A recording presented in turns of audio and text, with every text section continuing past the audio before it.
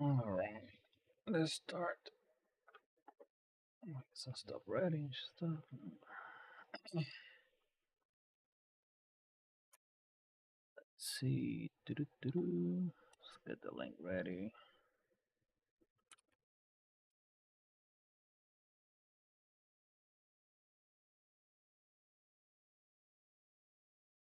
Clean.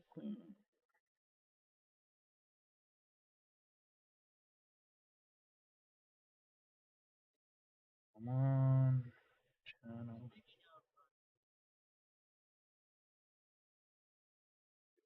Ready. Second.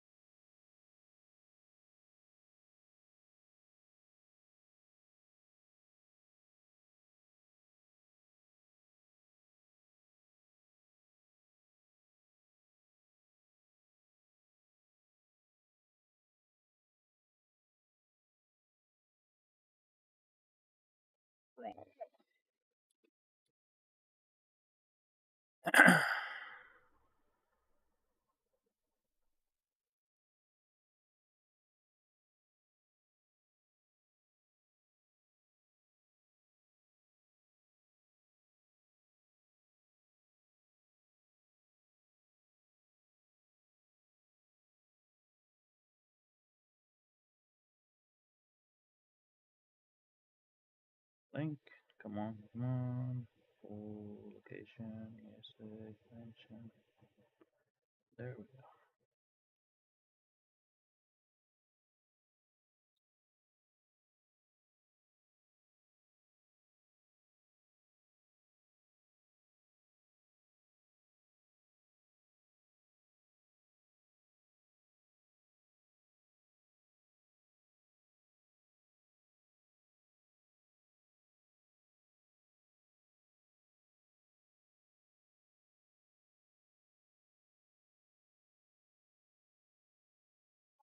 Alright.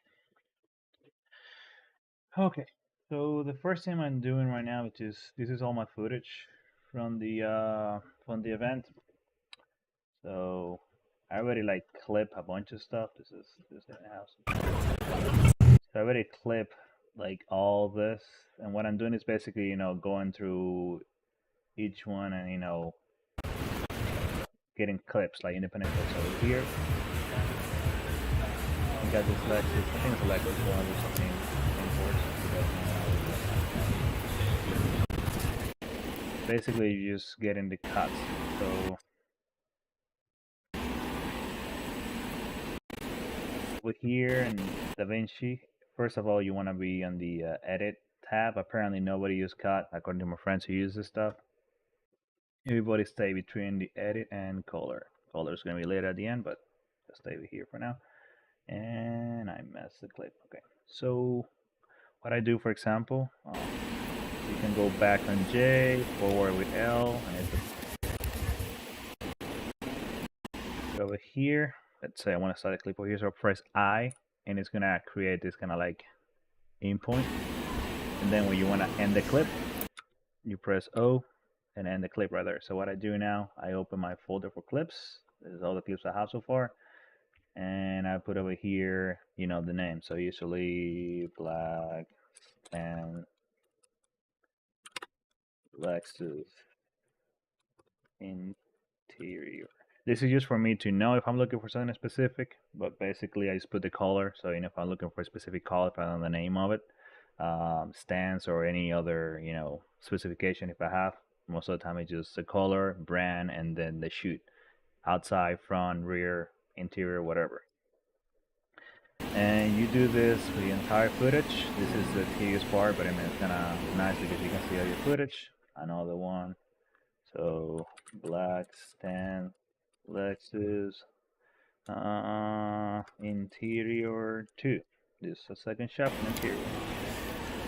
And I usually do these long shots like that, so you know, I don't have to, like 20 clips. I have to switch back and forth, which I have a couple of those.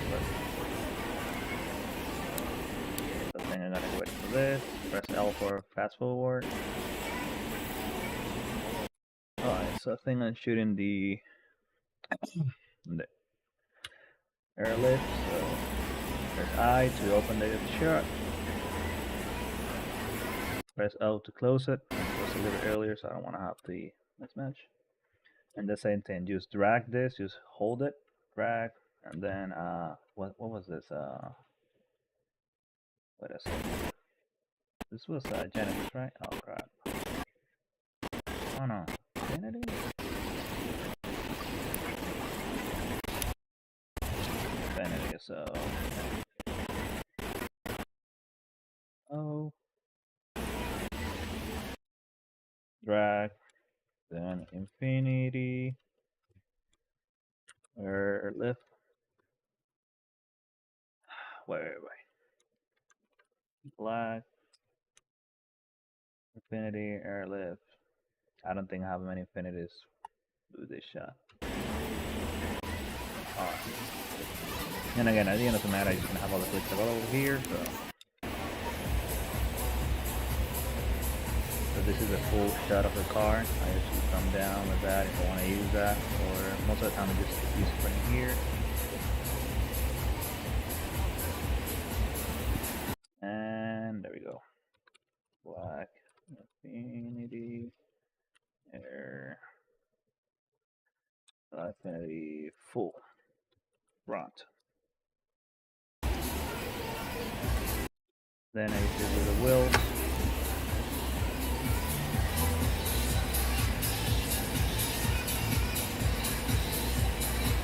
Press I again to open.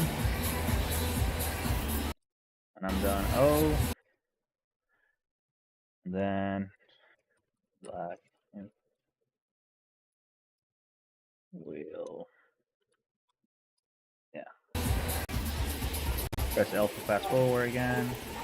Let's have another shot of this one. We're gonna do the headlight maybe. Oh, yeah. So I to open. I do recognize this. O to close. Make sure. Oh, okay. So black Infinity, hood, pen.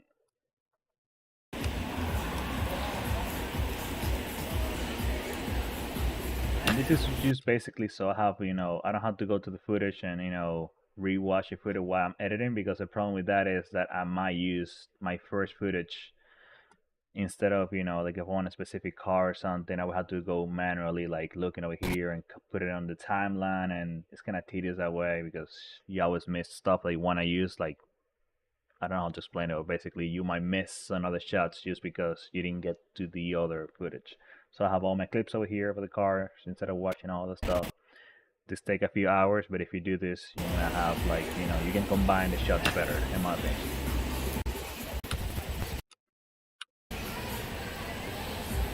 I think I focus on the wheel a lot on this shot. Okay. So I'm gonna put over here white Mustang Rotty wheel 1. I need to copy the title because I'm gonna be using that a lot.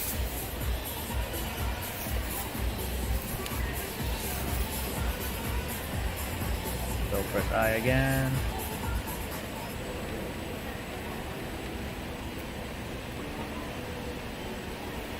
Press O. Got the ticket done. White Mustang. Let me copy this because I know I'm gonna use it again. Rotty. Let me use copy wheel 2. Another shuffle wheel. Oh, the engine, yeah. So remember this.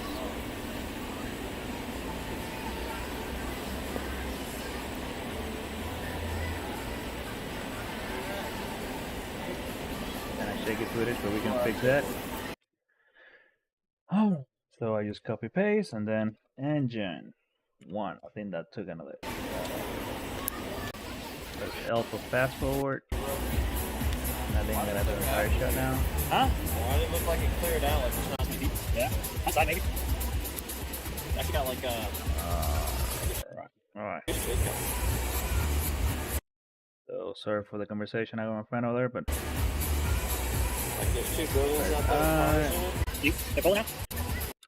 Oops, sorry. And this is one of the things I hate, you know, I don't pay too much attention to that when I'm filming, but I definitely, you know, kind of like center to the wheel. But the problem is I have too much empty space over here, so again, another practice. You film, you fucked up, you learn from it. So press O to close it over here. And the same thing, move it over here. Front. It's like dark there. Alright, press L, fast forward. Oh, the interior. So press I.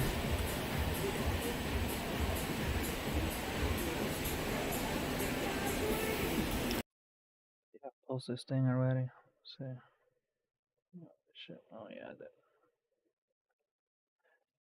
Alright. So interior. So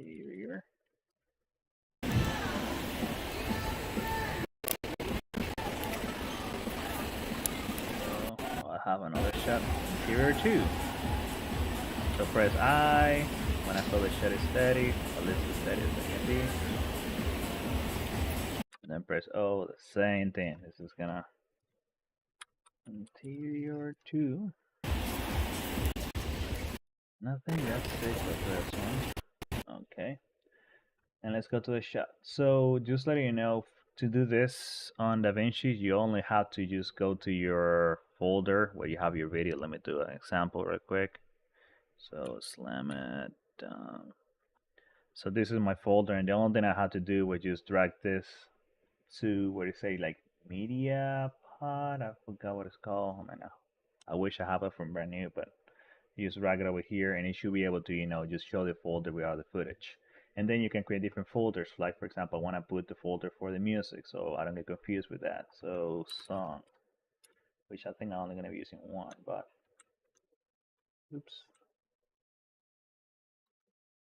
Come on. Just drag them to songs, and that's it. And now we keep looking for it. So we were on F26. I think this is the next one. Yeah, I think I went to shoot to this one over here. Fine, the same thing. Open with I. Okay, I don't like that. There we go. I like that pan better. Close to A. I don't know what this is here. And go back to clips. And then let's give it white gold. I don't know if it's GTI. I don't know. White gold. Full. Let's do. And since I know for a fact that I have more shots of this car, I'm just gonna copy paste this.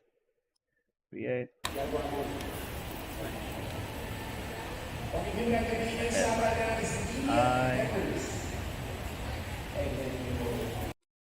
Right.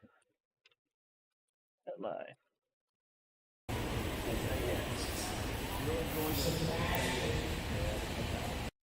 All right, the wheel. Right. Oh. Copy paste. Wheel. Oh. Alright, this is a tedious part. I want to skip it really quick, but you know. Now I open I because I haven't shot, so open, click I. O, move, rear wheel. That way you hear whether this gimbal camera setup is kind of heavy, so trust me, I'm tired, I'm sweating, like dripping. Alright, Alright, so this is 27, and let's go back to master, and 26, 27, 28.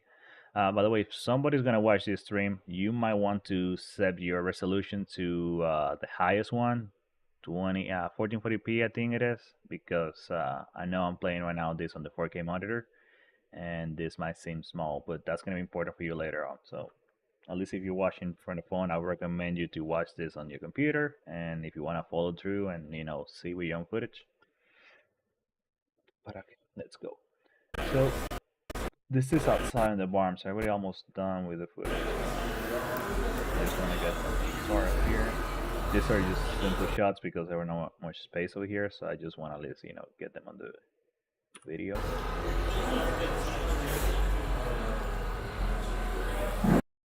Alright, Wide Infinity Graveyard Sea outside. So I'm gonna name these shots outside, out, out, Wide Infinity,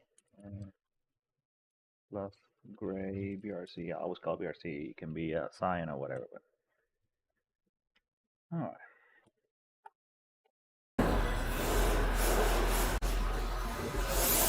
Here. Oh yeah, I was trying to record this.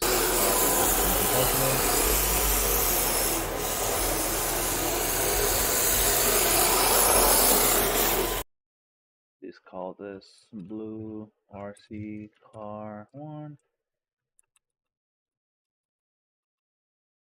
Right. I use this to barrel.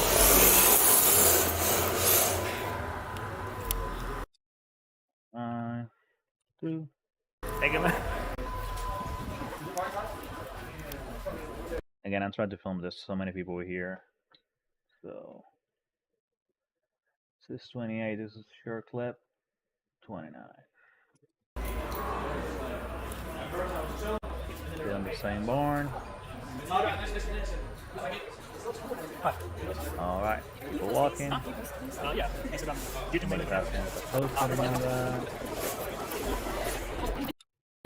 Which one is your car? Oh, alright. What? So she said the white car is the car. So.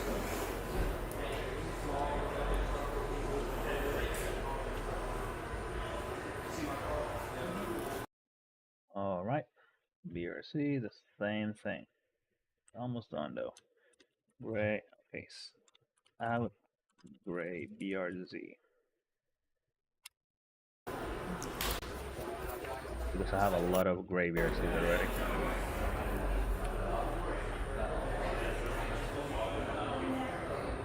Why 370?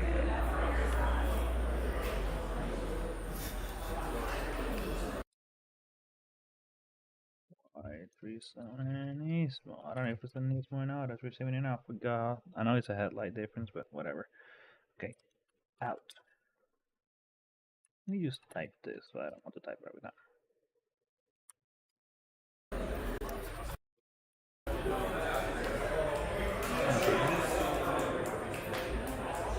Blue Civic.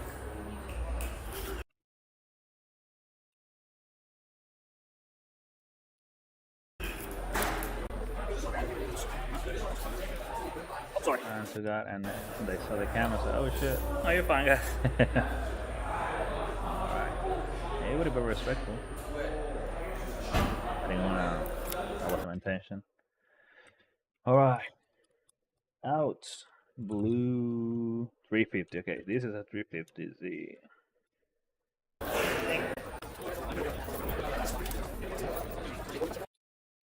This is, I think, the last shit.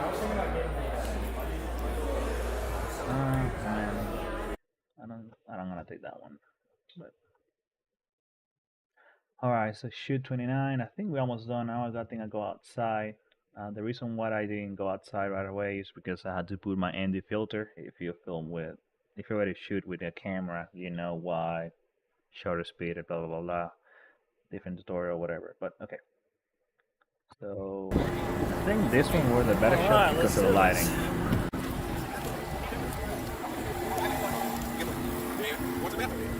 Alright, let's go.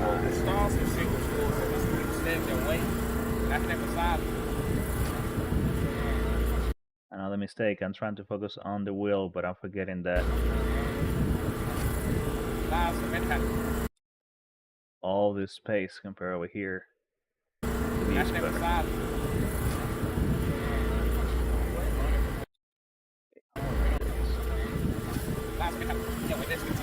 I can do this pan in, so let's go to clips. Out, yellow, supra, side.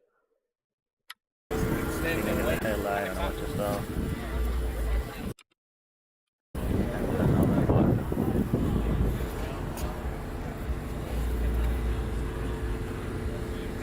Too bad because he was taking a bunch of pictures. I was on the way, and then when I realized there was like 4 more other photographers, and of course I was that guy in the way. Out, yellow, supra, front pan. No, I shoot a lot of the super because I love the lighting outside and it's kind of clean. Miss a new super. Headlight.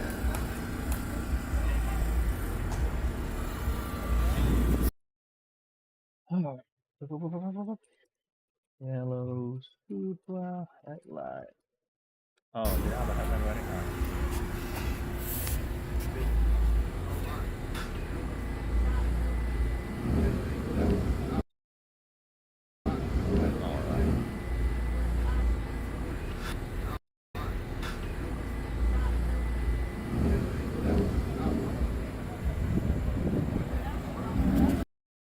Alright, press auto close, and this is yellow Supra wheel. I only specify if it's the real wheel or whatever. I want to focus that and that, but something that I do when I'm filming, I don't realize, there's missing details like this. I don't know if the person intended or not, but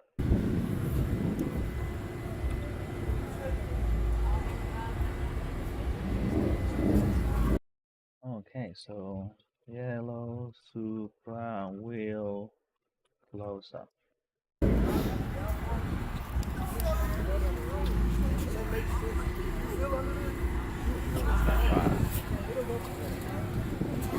Sorry for that. Sorry. I mean, it's the same. So I saw the guy shooting, and I'm like, oh crap, I'm in his way, so I'm trying to get out of the way. I'm trying.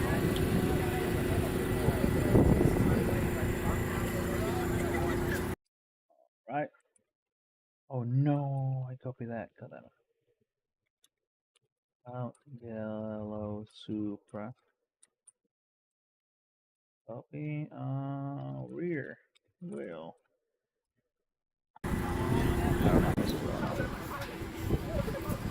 Okay, so I go with this one now. As you can see, it's this guy and another guy back here and another guy behind me taking pictures, and I just noticed that guy, so I fucked up on that. Okay, and down.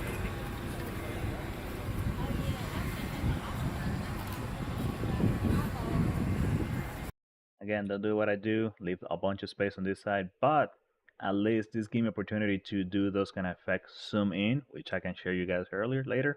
So basically what I'm doing in the situation is I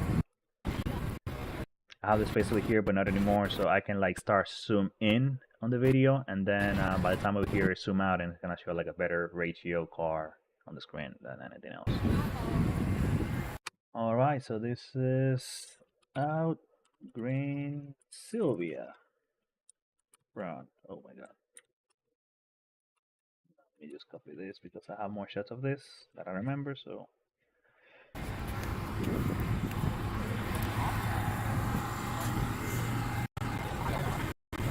oh yeah, so while he's taking pictures, I'm trying to go and take at least a pan of this one and the people talking and stuff, but I don't do that good job. It's just kind of shaky.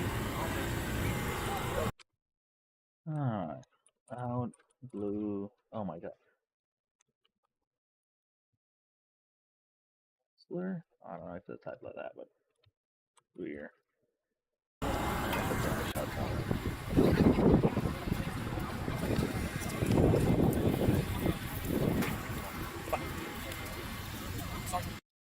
No, you're fine, you're fine. I kind of feel bad for the other guy who's in the way. By the way, again, for the No, you're you're fine. watching, remember to cut in and cut out. To cut in is I. So press I, You're it's fine. gonna open the data alert.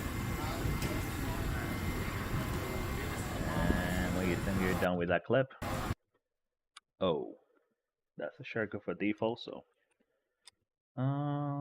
side. You're fine. I went out of the way. Sorry.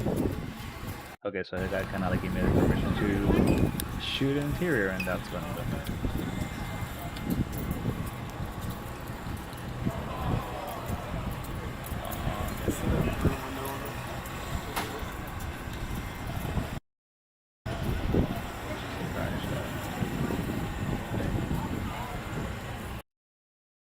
Right.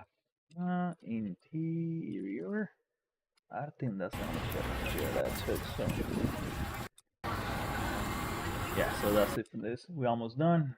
Let's cutting clips. This is number 30,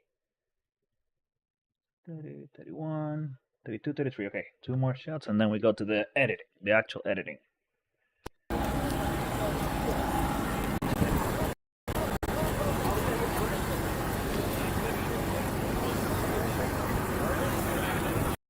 Okay, so go to clips, and this is gonna be out. How do I call this? Outside lineup. I don't know.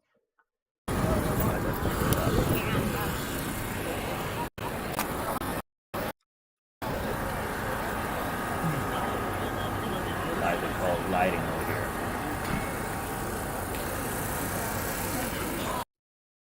Okay, so red Civic. Red Civic. What program I'm using? I'm using DaVinci Resolve, which you can get for free, and this is my first time using it, but it's really simple, free, friendly, and I'm just basically doing the streaming. So if anybody want to just start editing their iPhone videos and stuff like that, you can use this. Like, I don't see why not. I used Premiere before, but I have basically almost all the tools that I have over here. So let me just answer over here.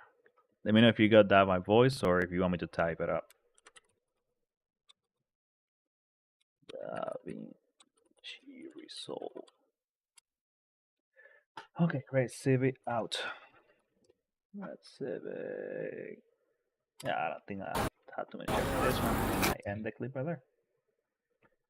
Alright, so technically 632, we're almost done because I didn't touch too much time.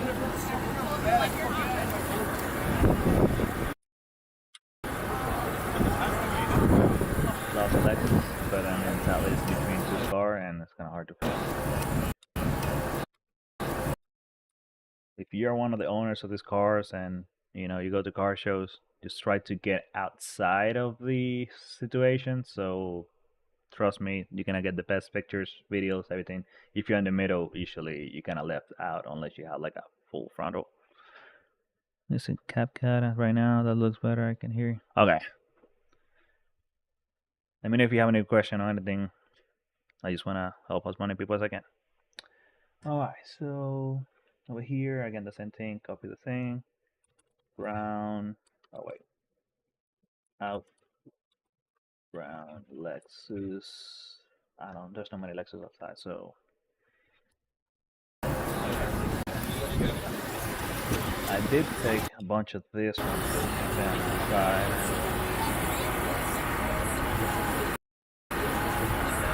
I hate that. I don't know what is that, but I need to cut it from here now. Yeah, but not Alright, so out 10 IS300. So we don't get confused. Front.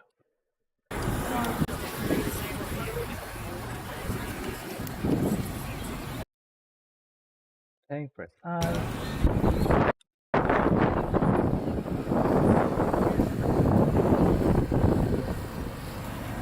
Auto close again.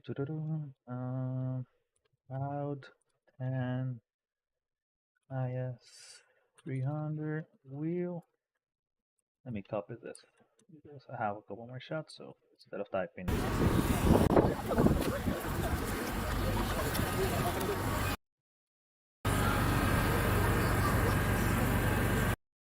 Just about is so loud. Oh, okay. Thank you for that. Let me see. I think I can reduce the volume over here.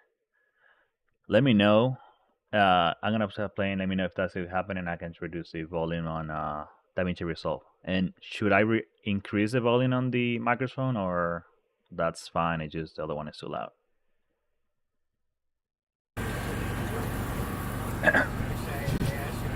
All right.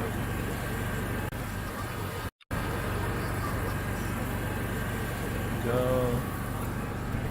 So what was that? Okay. So L10 front side 3 plus. Let me try to turn it down a little bit more.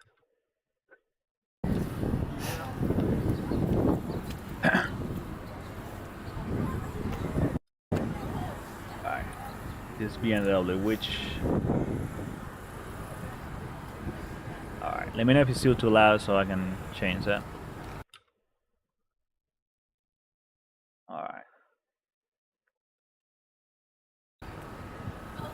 Yeah, I'm on OBS right now. I'm trying to set it up.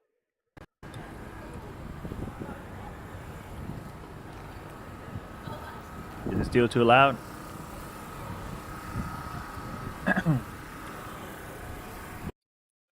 Right, so this is gold BMW. Oh wait, out.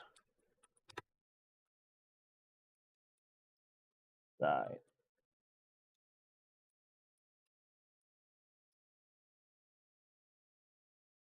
Yeah, I figured that was the problem.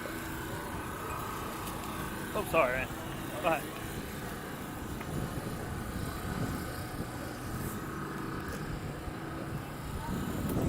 See, my internet is not working right now, so let me know if you have delays or stuff like that.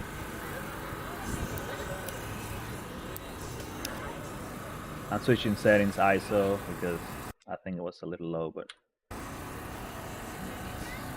kind of cool.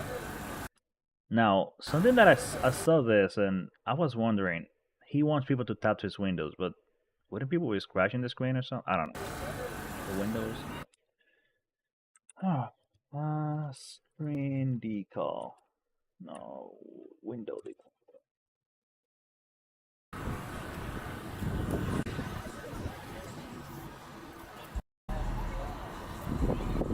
I didn't realize that until I was like, oh shit. Too poppy.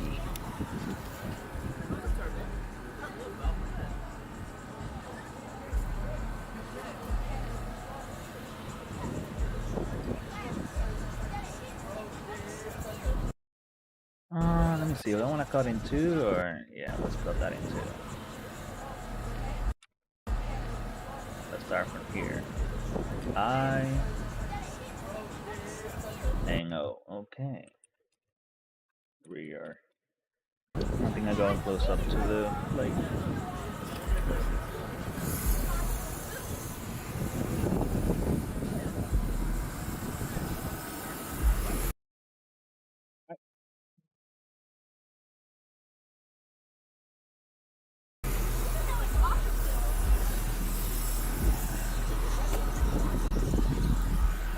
We're almost done, guys. We're going to the editing.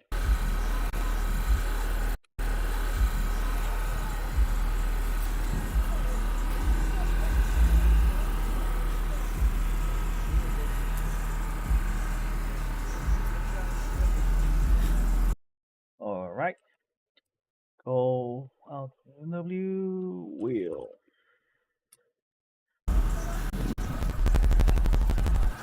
Whoa, what was that?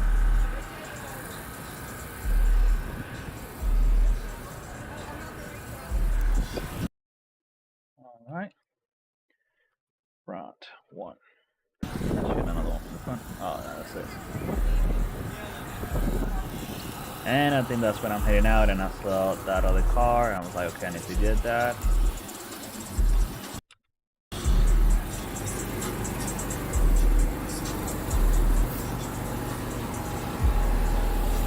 the vent was great. It's just I don't like the lighting inside, and I'm gonna explain that later when I'm doing color editing and stuff. But it was good turnout, I guess. I was expecting to see more in SX as my car, but whatever. First time. Did like an entire clip of this passing by.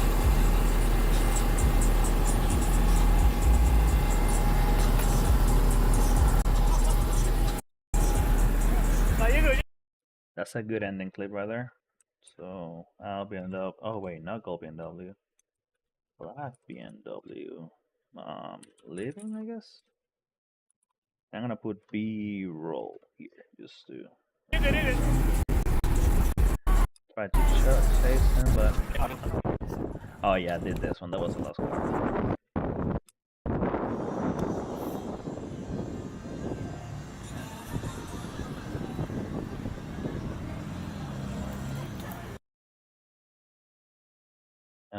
Outgrade WRX. Copy and paste. Engine.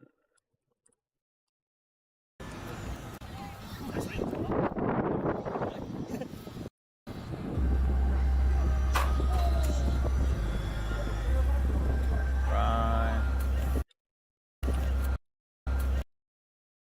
Right. Wheel.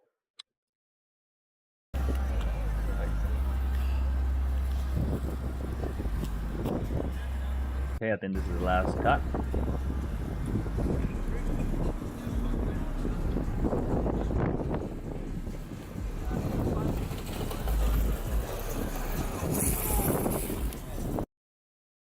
Yeah, shake it.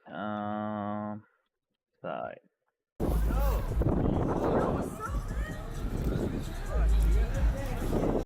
And I think that's the last clip.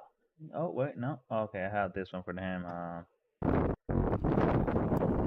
This is like another thing I'm gonna work later on. That's really in a sense.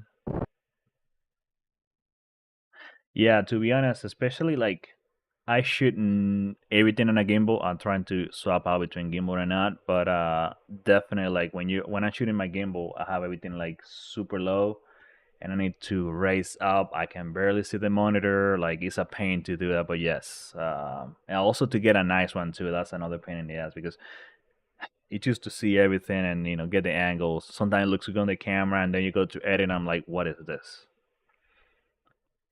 Now, now the fun part, the editing part.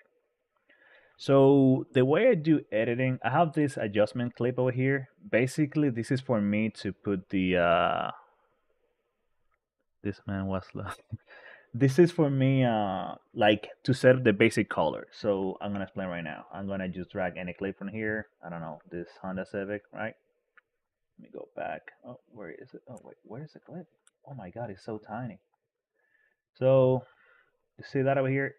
So basically, if I don't put that clip over there, it's gonna show like that, which is fine. It's just the regular color. But I want to, sometimes when you have that basic color grading over here, like color correction, it makes you see details that you might not see or stuff like that, and it's kind of like, oh, it might just pop up. So I just have this command later over here. On Premiere, it's really easy to do this. Over here, it's a little bit more. Is you have to know how to do it. So to add an adjustment clip, that's how it's called over here. You need to go to Effects, and then look for, I don't know, yeah, it's a search bar over here, and then you just put for adjustment. And basically, you just come here, drag that. I'm gonna create another thing over here. Let me just disable this so you can example. So what I do is I go to the color tab. So just if you guys just listening right now, people apparently only use the edit tab and the color tab, and then they deliver to render. So on color, I can come over here, and this is going to get a little bit, kind of overwhelming for some people, including myself. So this is the all adjustment layer. This is the one I'm using, and I'm trying to zoom in. This is the V3. That's a lane, but oh yeah, man. Definitely like first I would say get your editing, like your cuts, music, and stuff like that, and then from there do your color because color is great, but it's also like a long, a big learning curve. At least for me, that's how I saw it. If you take pictures, that's awesome because you can basically bring your picture editing to here, but the problem is you need to shoot into this kind of format like flat profiles, basically like that. Like, it's kind of like no color at all and all that. And I'm gonna bring that up. Even if you don't do it that way, what's happening is you don't have as much control to the picture. Like, if you were recording from the camera profile, we already the colors on, and you're trying to do some color grading, then it's gonna look like, I don't know how to put it, but like it doesn't look right. So what I was saying over here, I create another adjustment clip, and the reason why I do this is because I want to see the car with at least a basic color grading. It's not gonna fit perfectly, but at least this is something. I do the course over here. The, so basically getting myself from here. I live over here too. Basically, if we go over here, this is the darks, this is the highs. You want to have like most of your data over here and something else. So basically, when you record, your goal is to make sure your waves are in the middle. So, I increase this over here to bring the highs up, but now it's too bright, and then the blacks are kind of like opaque. So what I want to do now is to make the blacks actually black. And basically get a balance over here, so this is just super basic. I mean, there's way more tutorials how to do it. I'm not good, I would say, on this, but this is a basic, color grading that you can do. This is like exposure, basically setting your exposure, your kind of the contrast of the video. I don't know, I'm gonna leave it like that. Something else, if you record on a flat profile, if you're using Canon, would be C-Log. If you're using Sony, it would be S-Log, etc., etc. I used S-Log before. Also, the footage is going to be a little bit like less sharp than usual, so you want to sharpen it over here. And that option over here on DaVinci is going to be this, mid details. So I usually on Premiere it's usually like 20 something, but I don't know. It's fine if I go to 35 over here, and it still doesn't look that sharp. And one more thing, so you still see that everything looks kind of like yellowish.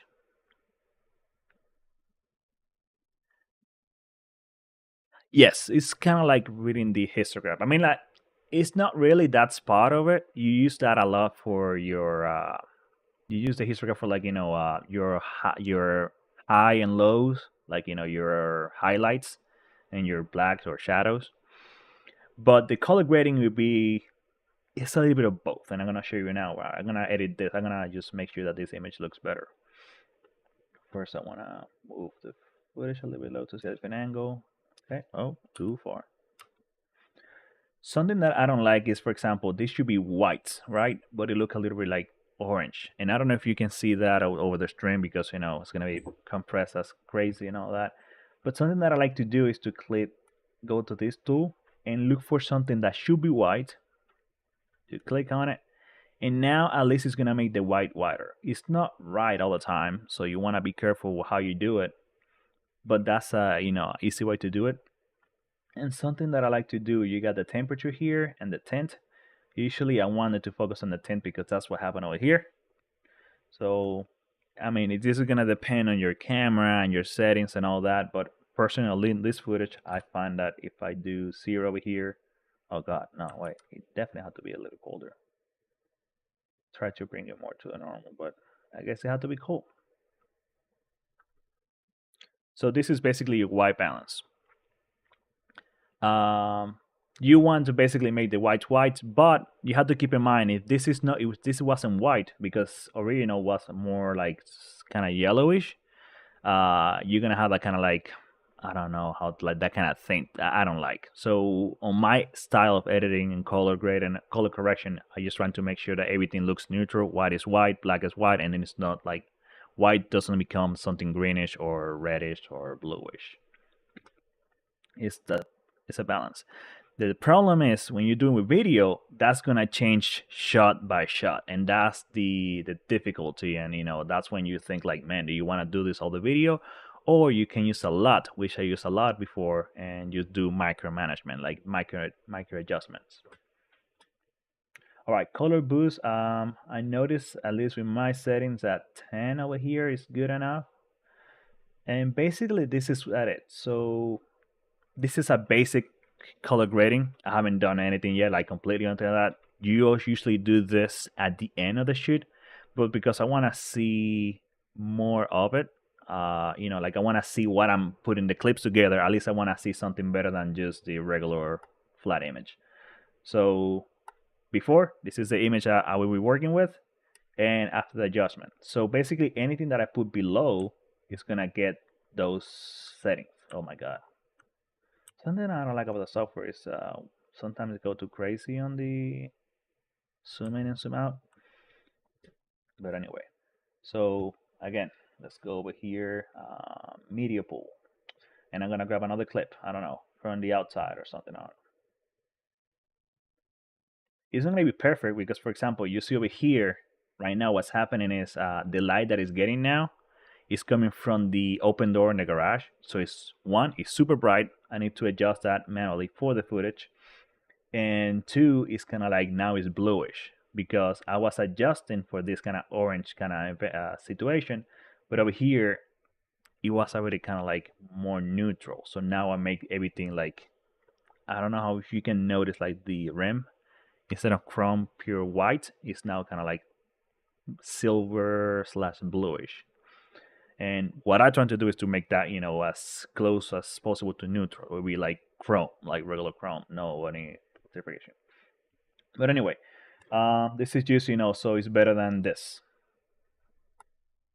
It's a huge difference for me, at least when I'm editing, and I like to shoot this. I like the clips better when I'm looking at this, even though it doesn't fit perfectly. Anyway, so now let's start with the real thing. I'm gonna delete this stuff, and what I'm gonna do is let me delete the old one as well. So I'm gonna grab my song because the way I edit most of the time, and I'm trying to change that, is following the music. So the first thing and the thing that I feel the hardest thing, I guess, that people don't do a lot, or they do where to go sometimes, it is to find a song that fits the event or the video you're trying to do. An event, it doesn't matter, to be honest. You're the one setting up the mood. But if you're doing a specific car video, and you want to have like a certain mood or something, I'll try to go, if I want to make it epic, I want to go to like some kind of epic song. If I want to something chill and relaxed, let's say if I'm recording something on the Dominican Republic when I go and travel over there, I want to make sure I use something, kind of with those kind of vibe. I don't know how to explain it, but I think this one, black, yes. So I was going to use this one and I drag it to the sound line. So I have two sound line over here. I want to make attention to this. This one over here I muted. So the reason why is because when you move a clip, you can move just the audio. Like let's say if I just double click on the clip, I can just move the video. But sometimes you don't realize that you can use the audio like engine revving or something like that. So I just move all of them. So let's say the entire clip, I just drag it over here, and it's gonna bring the audio track with it. But I don't want to listen to all the time. So let's say this. Right? Oh, well, wait. Maybe it's a sound I want to use. I just put it below in a different audio track.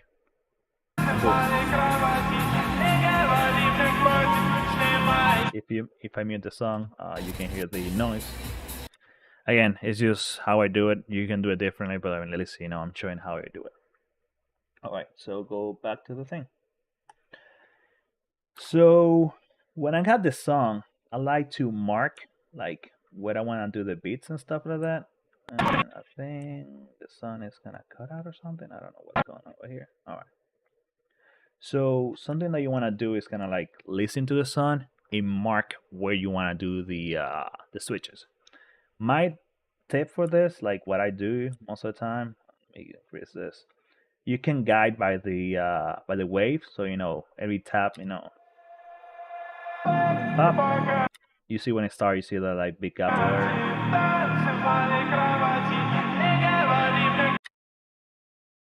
Oh, all right. Let me lower a little bit more. I'm gonna play it right now, and I need your feedback because I don't know. Let me know if it's too loud still. Can you hear me over the music? I'm gonna wait for you to respond, guys, on that because I don't want to be talking and this is fine. This is too low. All right. Let me lower it even more.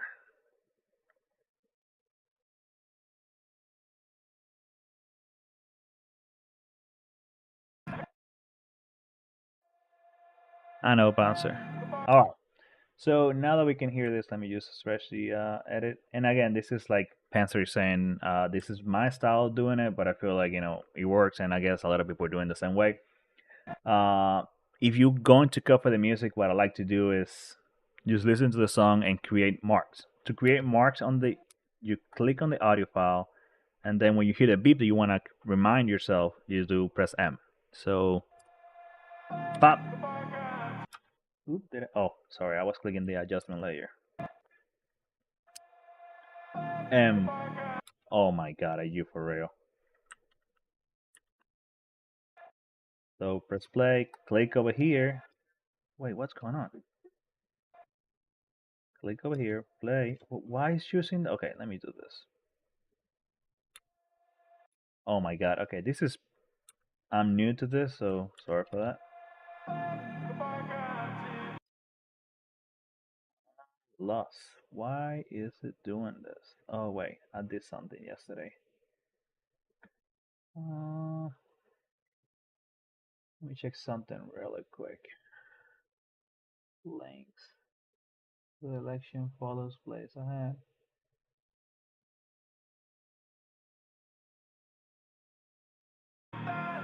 Okay. So going again for the sound, sorry for that. It's gonna every time I press start, you go back to the adjustment layer. So to make marks, you're gonna press M. So you press play, spacebar, and beat, and you see the little mark. Pop. It's just how I feel. Pop. Pop. Pop. Pop. And again, you see like I skip over here and I didn't do it here. You're the one who wanna choose where to do the beats. It can be to a specific kind of like bass or instrument that is playing in each kind of segment. Depending on the song, it's gonna change a lot. I try to say create songs that stay in the same rhythm, but that's how I do it. So let me remove this and let's start over. And what I'm gonna do now, I'm gonna go ahead over the entire song or at least half of the song, and mark everything. So then what we're gonna do is you got the clips, you drag the clips, and then you just cut them with the beat. What's the story? What clips you want to use first? How do you want to start the video? It depends on all the music, but let's do the beats first. I'm gonna have to get all of them, and then from there, like every beat that I hear, I want to mark. I'm gonna choose how long do I want the clip to stay. So I'm sorry, this is a little bit confusing. I never explained this before, but again, I'm trying. Boop. Pop.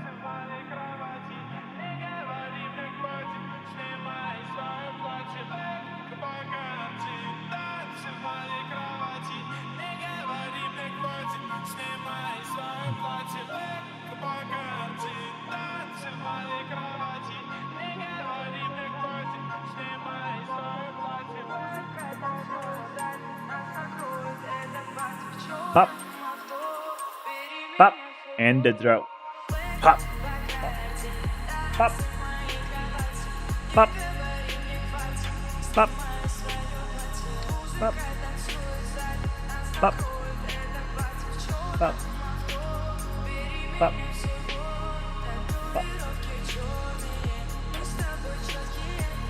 Pop. Pop. Pop.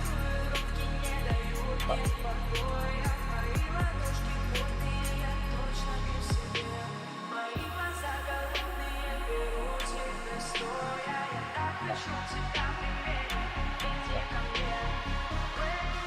It's a long one, so I wanna.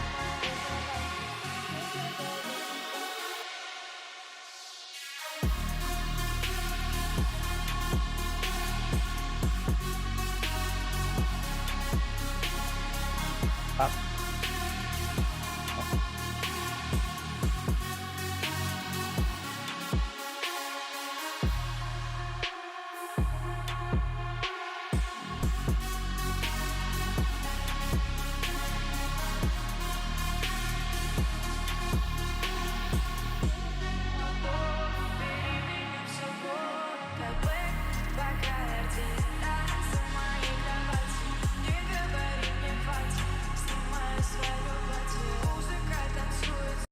We're gonna leave it there. I mean, we don't have to do the entire song for now.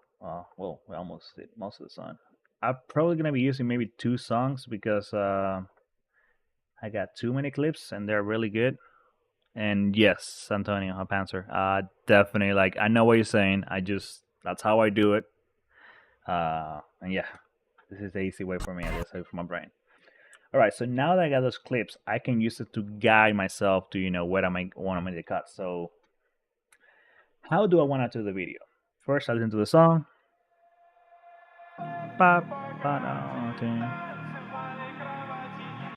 So I want to maybe like have a lot of cars coming in. So I call them entry. And this is important, renaming your clips because you know what you can, organize everything in before and just make everything easier. So I name everything entry. So now I need to find a good footage to start the video. And this is kind of like the boring part, it doesn't fit the epicness of the video, but hey, you gotta do what you gotta do. I want to do something long. No.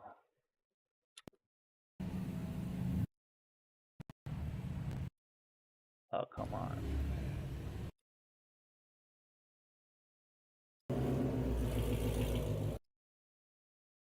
No. No.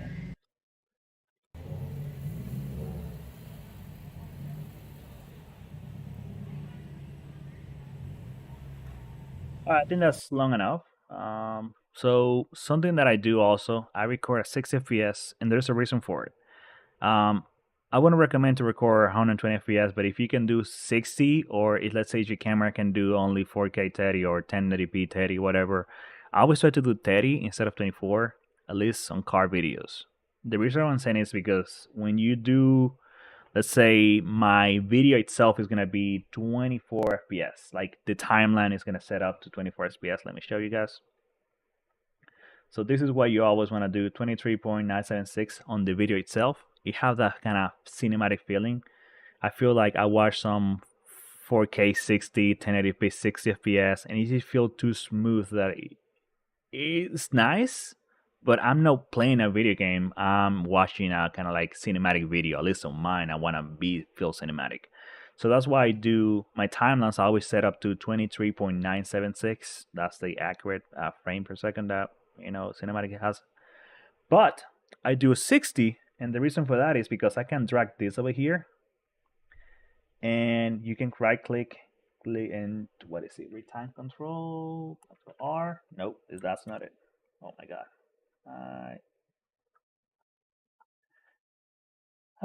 I got a shortcut for this, but I want to show you the easy way. And the retime curve, change speed. Where is it?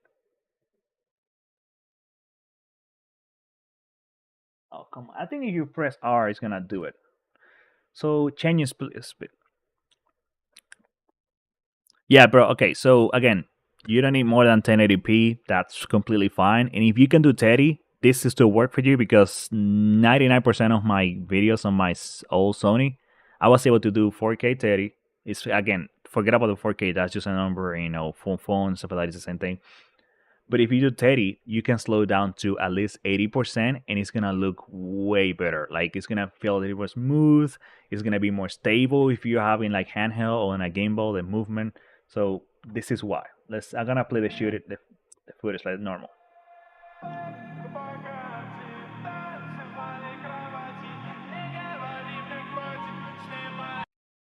All right, so first of all, I don't know if you're able to see that over the stream, but it's kind of a little choppy because the timeline is 23 FPS and the video is trying to run at 60, so it's gonna mismatch your frame rate.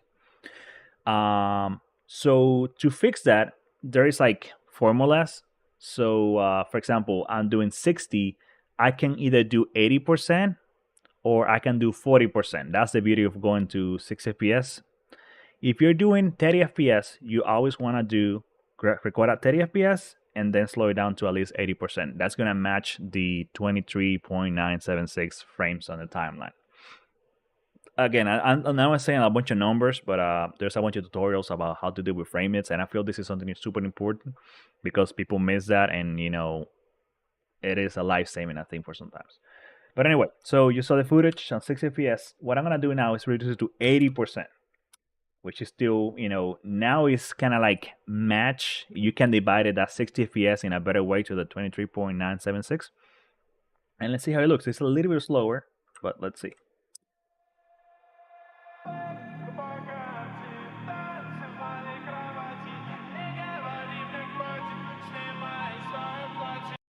All right. Now, why I choose a 60? This is why, and I love it. Again, this is something that, it makes my life easier, and everything is slow motion cinematic, but I feel that I'm getting, don't do what I'm doing, which now all my videos are being super slow-mo, which I don't want to stuck into that, but god damn, it's so good and making you footage so good. This is why, at least in my opinion.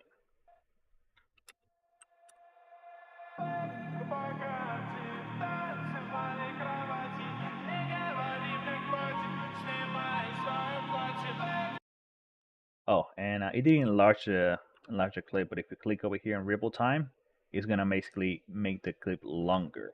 So, oh wait, what? You didn't do it. Let me do something. Oh wait, I effed up. Okay, now it's 100% ripple time. So make sure before you change the speed to have that ripple time on it, and now it's gonna extend the footage and show it. But this is why. It just feels cinematic para go.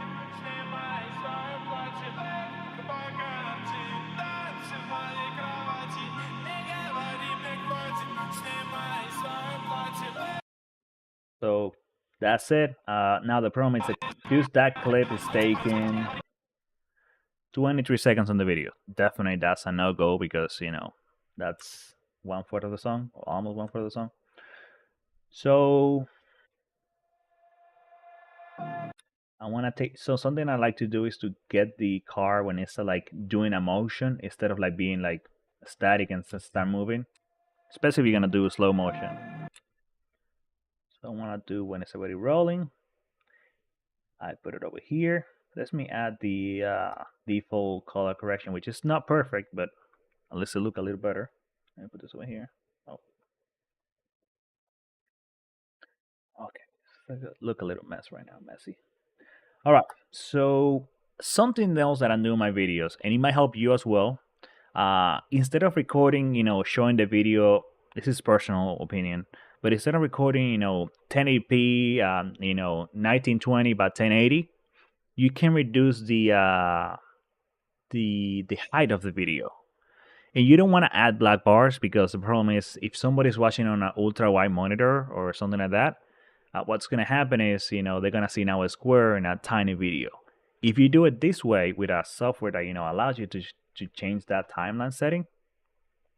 So for example, I'm recording on 4K and this is 3080, and then over here should be 21 by 60, but the ratio that I was using for is 21 by 9. So it's equivalent to this. Oh, it says 21 by 35. Sorry for that. I forgot what was the ratio exactly. But basically I did this, and why? Well, now the video when I go full screen is adding me those black bars over here. But something interesting is that, hey, let's say I can frame the car better. If I messed up on the recording, oh god,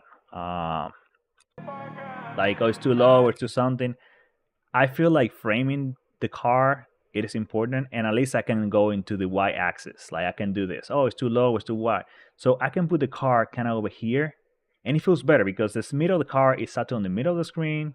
The button's over there, but it feels more like a car rather than this. You see what I'm saying? And also it's cut out. You can, technically on the full footage, if you watch the entire thing, let me see if I want to double click, you will be able to see the car entirely. Wait, this is, I don't know if this is, yeah, no, this is not the spot footage. Let me see. Oh yeah. So over here you can see the entire frame. But the problem is, it's too high right now, so I want to make the car bring it down to the level, eye level. And that's why if I switch over here, I'm allowed to do that. Clicking on the clip. And then bringing it down. And then you can frame it. Of course, you have limitations, like, when you run out of space. But I mean, at least you can adjust it to where you want it to be. You can frame the car better. If you mess up a little bit on the alignment on the camera, it's all good. Also, this is a trick. So since your video is gonna be still 4K, but you're not showing all the 4K pixels, there's something called bitrate. Data that your video is gonna have. YouTube encoder is gonna increase depending on the resolution. So it's already detecting it's 4K, but we already say that we are not using the 4K. So that extra bitrate is gonna be for better quality on the colors and the video itself. So basically, it's kind of like a little cheat code. You're not seeing as many pixels, but those pixels you're watching are a little bit better.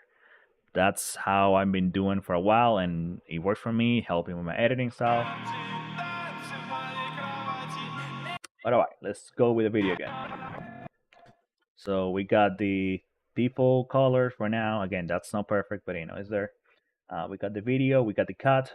So I want to start the video here. Something that I like to do, and it's kind of like the fade out with the song. So if you go to effects over here, I think I found one that it was very simple, like dissolve. So if you go to video transition and then add in dissolve, yeah, I think this is, and you can drag it to the beginning. Boom. So now the video started at the beginning. Now that's too fast.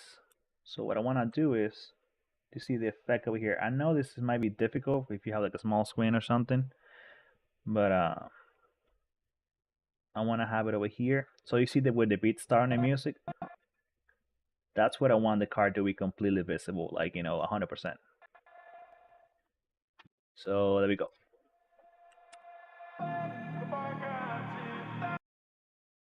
Now at that point, I don't want to use that clip anymore. I already hear another big comment. So what I'm gonna do is make sure the car is on the right spot.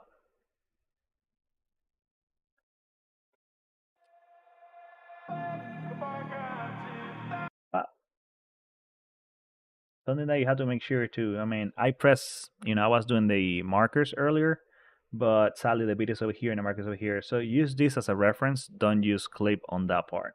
And if you want to mark the marker, but so what I'm gonna do over here, I got a shortcut, but basically you can just do this. And let's go back to the clips again. Media pool, and then okay, so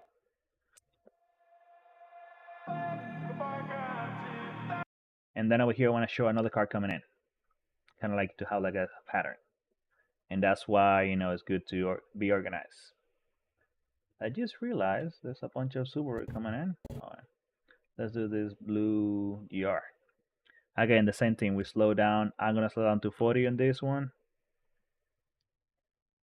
and I'm gonna see how it looks. I want to have it like kind of similar, maybe like the continuation of this one. So what I'm gonna do is, yeah, perfect. So it's gonna be easy for you because this is something that people call like guiding the view. So when you're looking at the car, you're looking at kind of like this. You're focusing your eyes on this. And the problem is, if the other car, this car is over here, now you have to move to where the other car is, and that's kind of distracting. So I'm trying to follow that as much as possible. I'm not doing like a lot because again, this video is gonna be like 6 minutes, and each clip is gonna be what, 5 seconds. So take that in consideration. But if you want to be as perfectionist as you want to be, that's one of the things you can do. Oh wait, I didn't slow this to 40.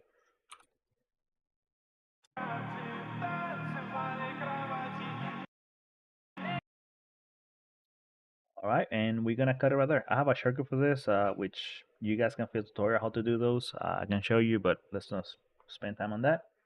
And let's keep editing. I don't know this. Honestly. So this video and here and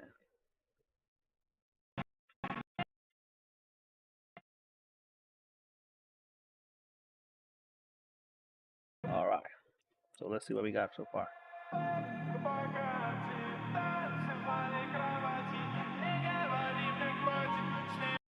To be honest, I don't like this style like that, but I'm just gonna go with it for now. I might redo the video later or something like that, but at least it's keep going.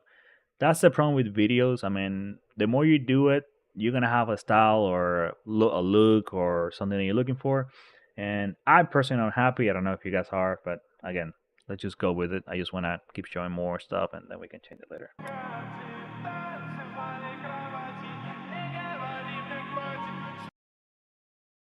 So you see the music over here is coming like that kind of beat is not defined. What I like to do over there is kind of like a fade between two clips. And I never done this in this program, so let's find out together. Let's try another entry clip. So the car is over here. I want to make sure the car is, yep. Something else, if you have a space over here, you can click on the space, empty space, and press delete. Try and put the blue car more ahead. Oh, let me see that. Oh yeah, you're right on that. I feel like it's because it's tracking. I'm not. Oh, maybe that. Yeah.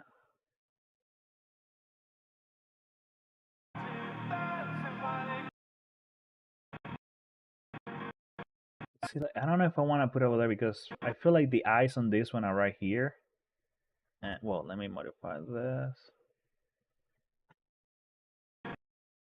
So I'm gonna wanna go back again.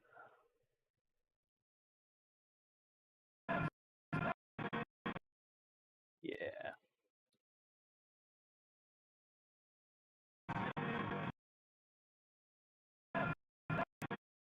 Hmm. And that's another thing. I think over here, I'm kind of like zoom in. I have a zoom lens. So I'm thinking I'll zoom in and it give me a different perspective. You can see on the background. So over here, and also this is where I am from the car. Over here, you can see that it's kind of more flatter.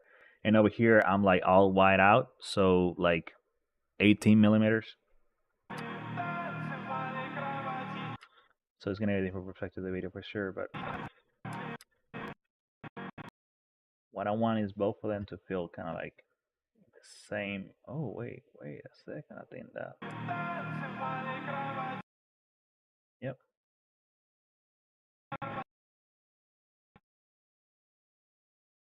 Put this one over here. Okay, and I say over here I'm gonna do a fade.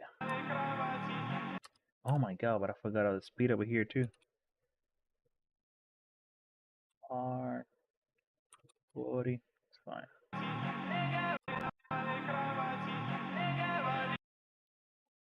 Erase this a little bit. Oops.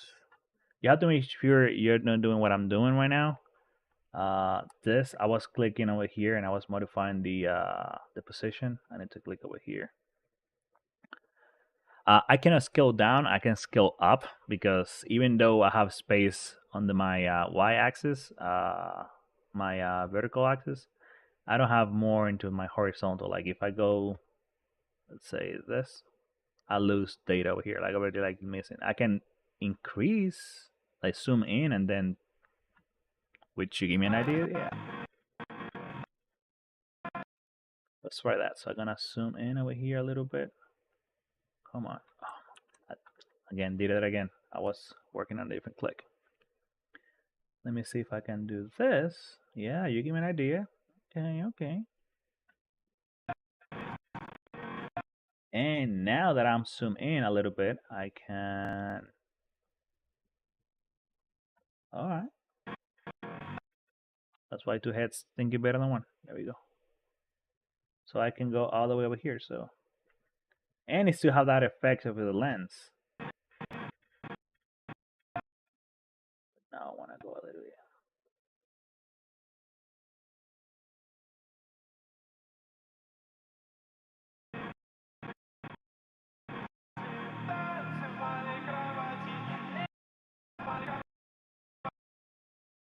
So this starting right here. Now I messed up with this one. So let me move this one over here. Oh my god, I'm messing everything up. All right.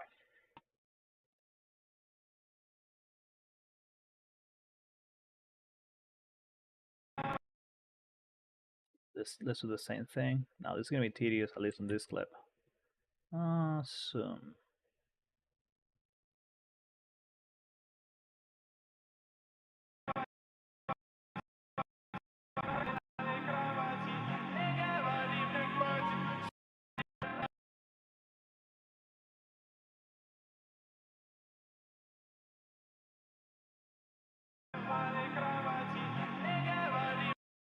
Okay, over here I want to do the fade.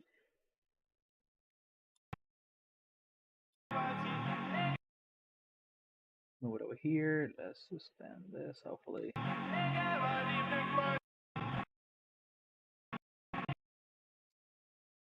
The tedious thing, but we get in there. Sorry for that. I want to do a fade over there, so let's go into dissolve. I think if I can drag it in between. Oh my god, but that's... I didn't like that effect though. Cross dissolve. Maybe this is the one I'm looking for. Yeah, so it's just basically merge both of them.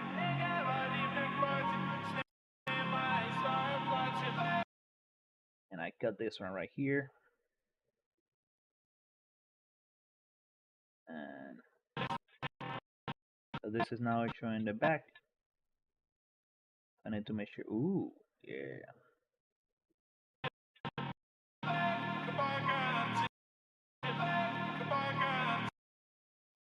Oh my god, but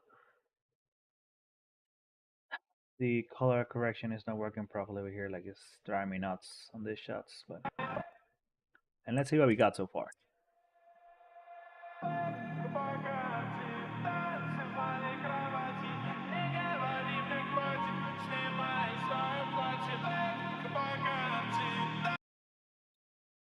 And so far we got 12 seconds. But yeah, so let's keep going.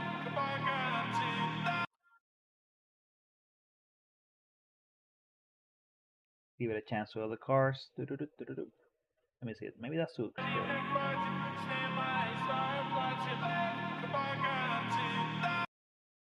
That's fine because this is the entry shot. So okay, so this one was. Maybe this one is the good one. Nope, that's just end there. Oh yeah, I can use this one. There we go.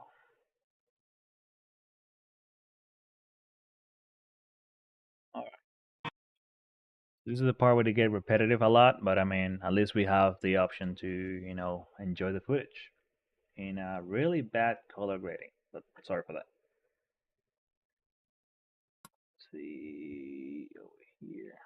It's not gonna fit perfectly, but it's gonna do the job. Let me see if I can get something else. Entry black. Oh wait, maybe this one.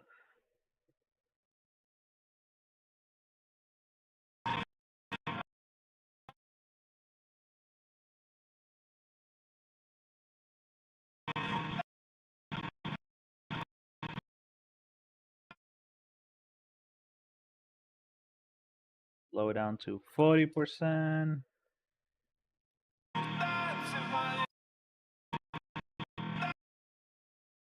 Okay, let's just do the trick with the zoom again. And frame it like we want it.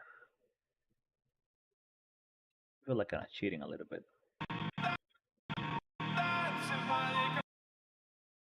Disable this because it's driving me nuts for at least big shot.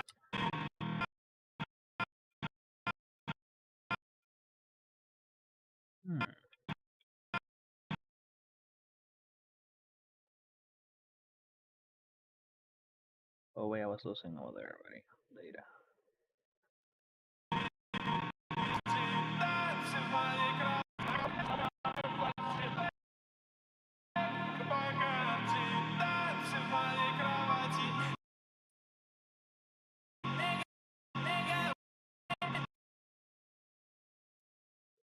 Over here and 3. Can I make this bigger? Oh, that didn't help.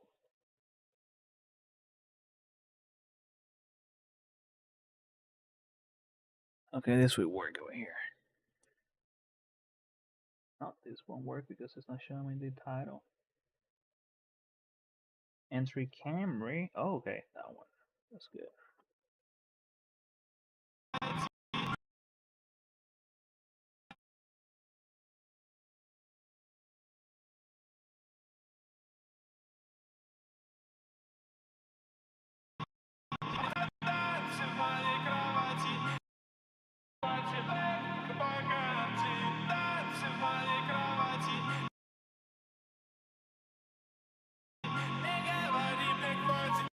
So I'm gonna go away from the, mismatching the cars to the frame. I wanna now show a car like in a different kind of position, because it's gonna get boring if you keep repeating the same technique over and over and over again. So maybe something that start coming down or something. Let's go back to that black Volkswagen.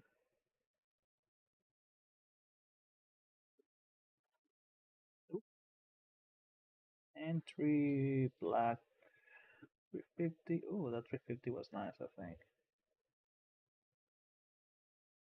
Yeah.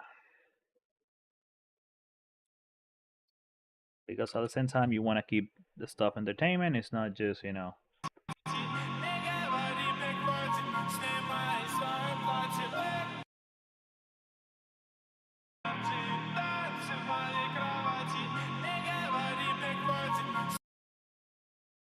another fade over there. So, my shortcut for cutting that.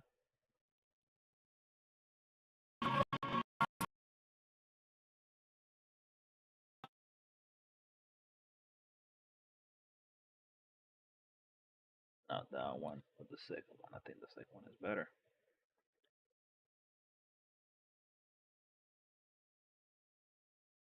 Make it 40%. Did I make the other one 40% as well? Yeah.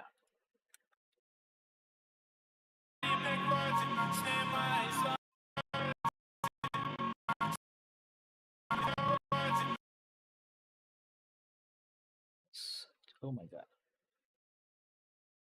Choosing this one.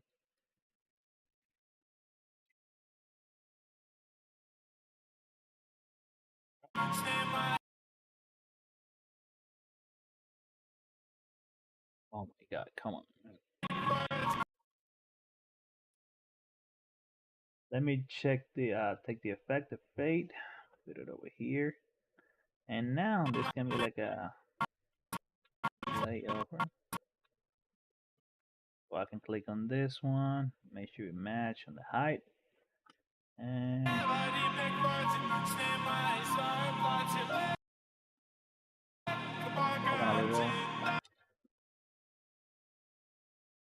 so something that I need to be preparing is for this one over here. I maybe take the first 30 seconds, use cars coming in and parking and stuff. Let's keep with the footage. And let's see what we have again. Let's just refresh our memory.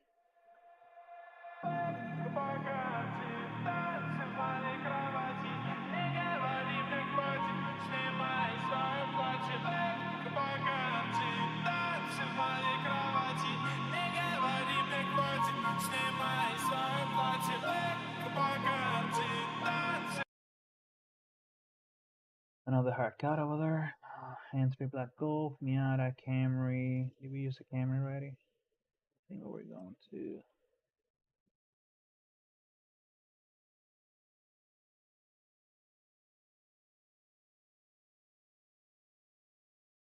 Yeah, use that one.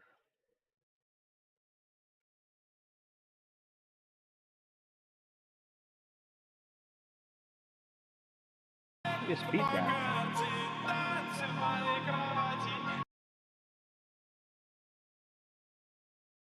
Something that you can do is on the beat. Oh crap. I can slice. I have a shortcut for this, but you can slice the video. I think it's using this. Play to edit mode. Yeah.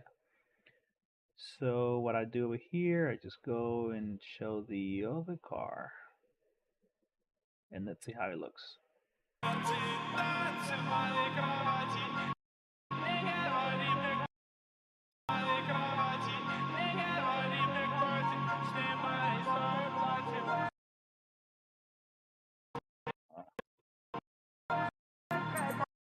Alright. So the beat over here. This over here. Alright, so let me go exactly where the beat is. And cut. And let me see.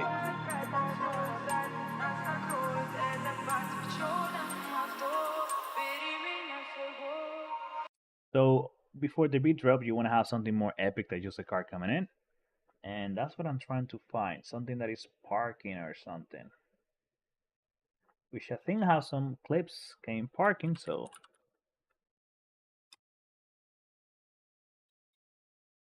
okay, never mind. I don't have parking. I do, but alright, let me go to the pictures. Entry bike. Oh wait, let's put the bike over here real quick. Even though when I was filming him,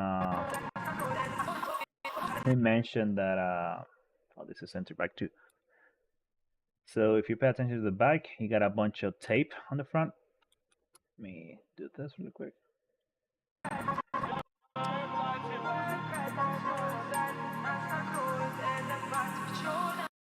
Yep, that's tape. That's blue tape, and I just thought that was part of the sign. Can I be like, okay, kind of odd? But then it makes sense because he's drove all the way over here, and he don't want to, scratch your paint with insects and stuff.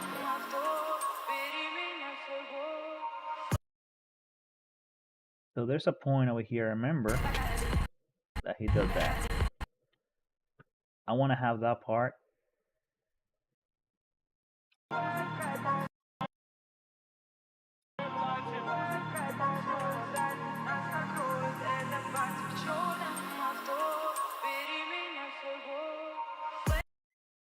Okay, and I want to cut it over there. Beautiful.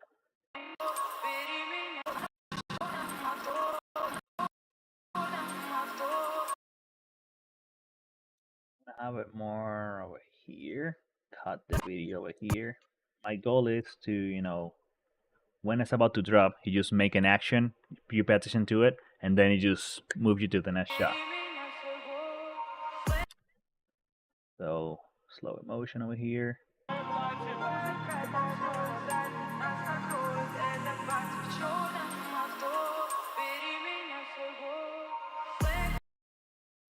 And you just keep the person attention and all that.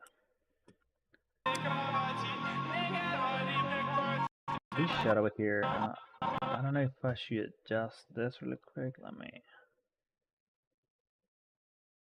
Let's do that. This feels better. Let me see. This is negative 97. Let's just replicate the same. Negative 97. Okay, this doesn't fit well, but it's fine. It's an extension.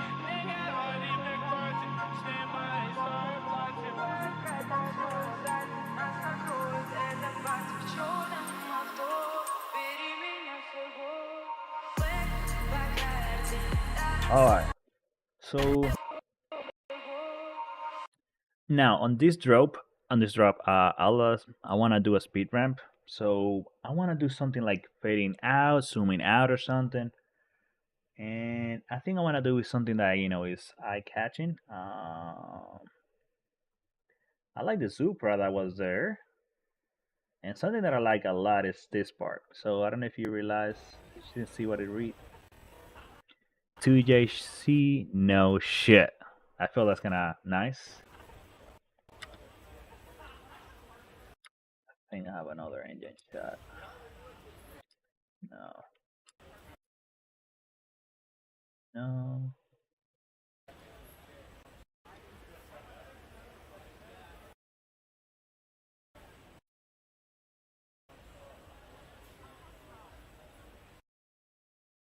Come on, I don't have more engine. I thought I have another one. Well, let's go with that. Let me see if I can Supra. Found a clip name. There we go. Supra.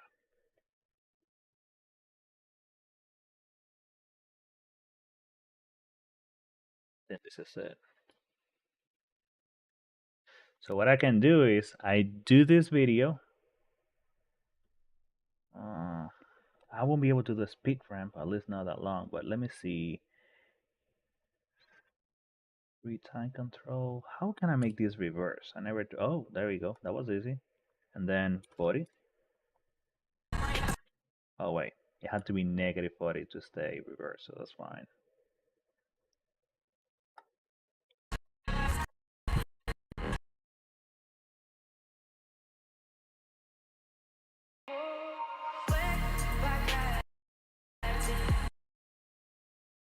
Okay, so the time that took from here, let me see. Do I have a little more? No, okay.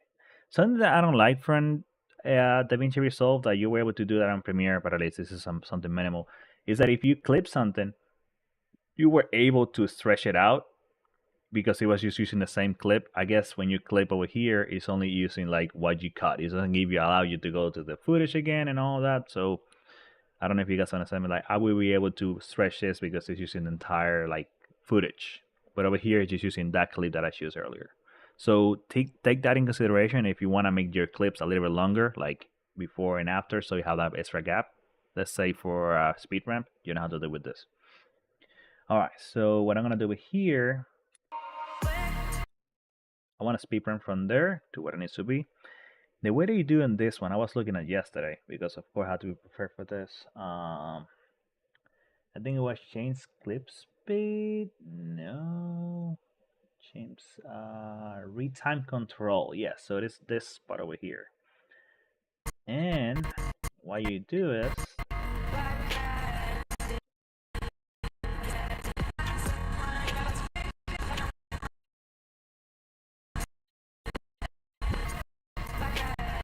so you set it up where you want it to. Let me see if I remember. You click okay, add speed point. So yeah, this is similar to if you do speed ramp with Premiere. Or similar software. This is how you do it. If you don't, I'm showing you how to do it with my previous experience with Premiere, but I really recommend you to look for tutorials. There's a bunch of them. Super simple, super cool effect that you can put in your videos. A bunch of stuff do it automatically, but on the old way. Anyway, so over here, what I can do is, let me see. Okay, so if I drag the top one, I basically change the time, I think. Yeah, so now, but you see that it wasn't like super. So you need to now like this is the creativity part that's gonna start kicking on. So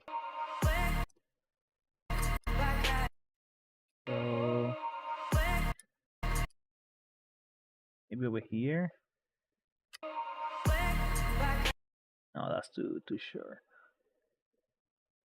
So something else to make this smoother, you will have to click retime curve, and that's gonna show you this part over here.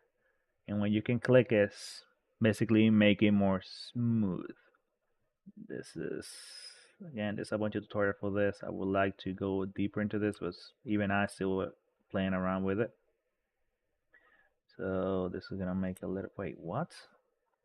That's it? That's the only control I have? Oh, okay. I count the beginning too. Yeah, I have less control than Premiere, but I'm not gonna complain about that. Let's just keep going.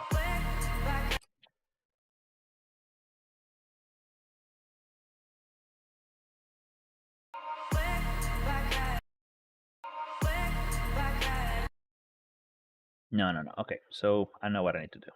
Let me remove. Can I remove that? Oh crap. Oh crap. You just remove everything. Oh no, wait. Okay, we are learning together, guys. I'm sorry for that. Retime curve. Okay, whatever. Retime controls. What if I want to remove? Oh wait, maybe click over here, remove. Come on. Reset to 100. I legit don't know how to do this.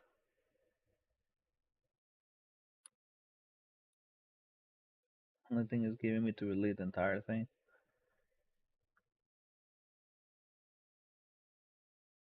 Oh, clear speed point. Oh my god. Alright. Okay, maybe we stop it over there. And then we click. Oh wow. Add speed. -40. And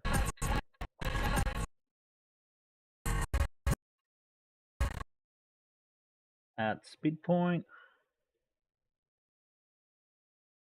Oh my god. Alright, and then we make this lower over here. Let's see what. Nope, too slow.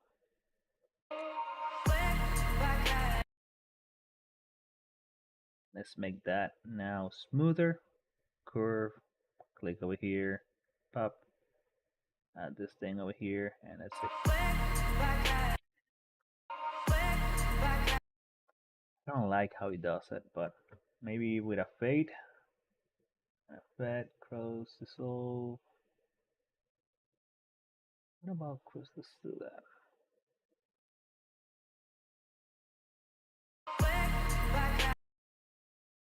Oh, it's not mixing.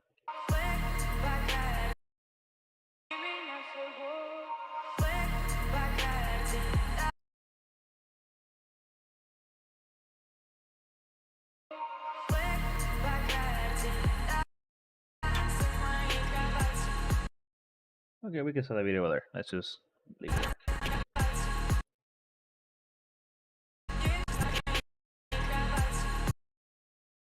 Let's move a little bit down over here. Click the footage. Press here.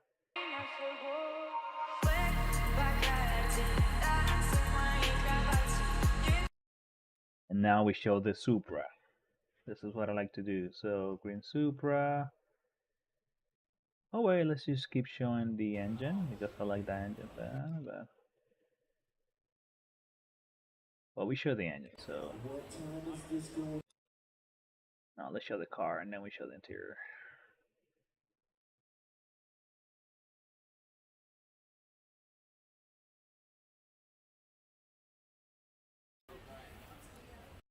Wait, you telling me I don't have a full shot of the Supra?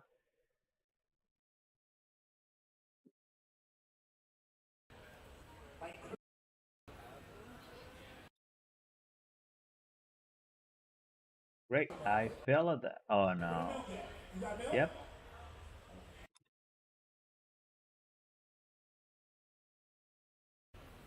Oh, mission failed, guys. This is a good introduction over here. Give me a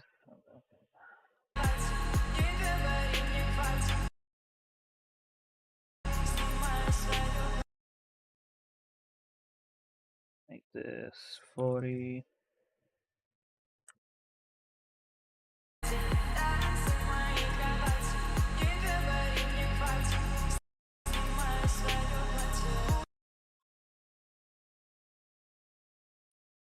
And then we show the interior on all this.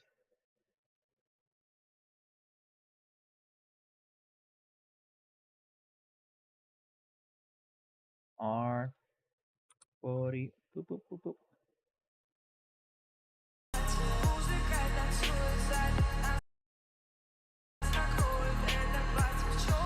That's too long.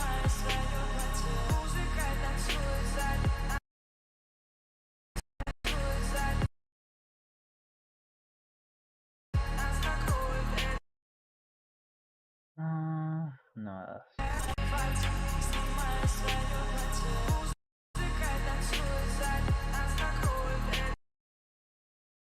I know I didn't mark over here, but I'm gonna do with the claps instead. Just feel right.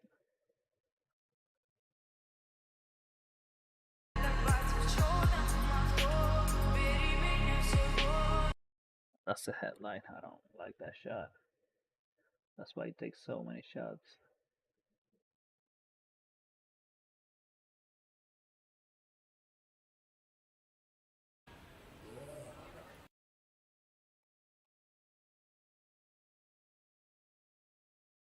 Body over here.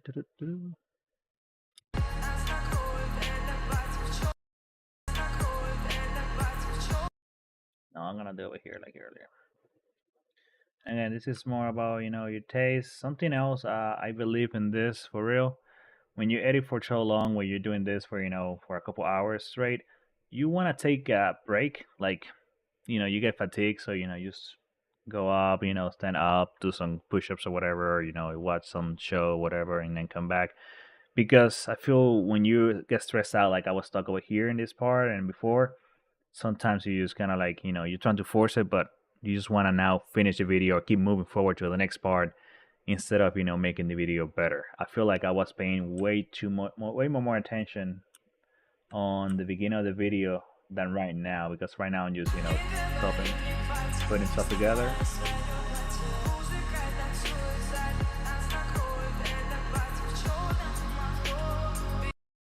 I want to show that well on a different angle. There we go.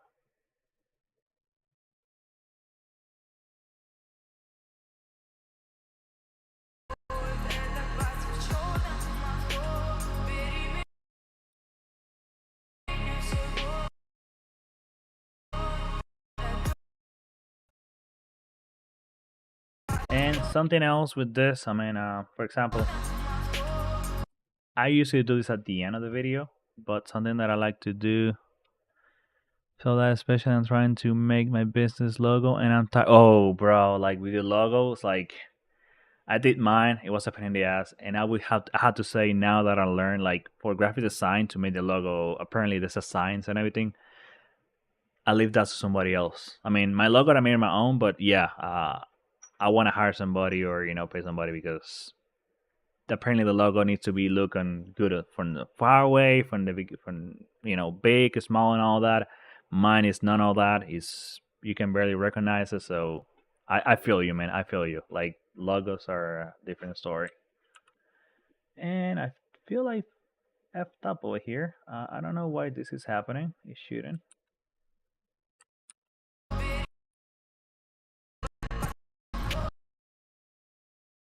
I should be able to. Okay, there we go. I don't know what's going on. So let me adjust this. Oh yeah, bro. I used it when I was a kid. Oh, it was fun and all. When I'm trying to actually do good stuff, I guess. Yeah, that's a different whole level, man.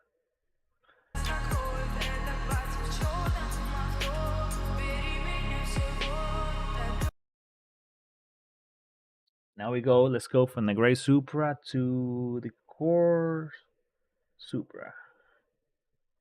Let me see what it's on. Over here I can do another wheel.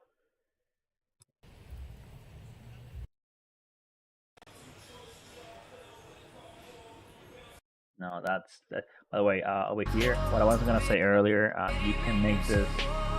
It's a little bit like moving, and I love this from DaVinci Resolve. We have a warp stabilizer in Premiere, but it was a pain in the ass to set it up sometimes, weird reasons. But over here, I just have to go stabilization, default. If you want a more, more stabilization, you can just increase this. But sometimes for me, stable is enough, like the default. And it's almost day and night difference. So let me do something over here because I feel that this footage is about to go away.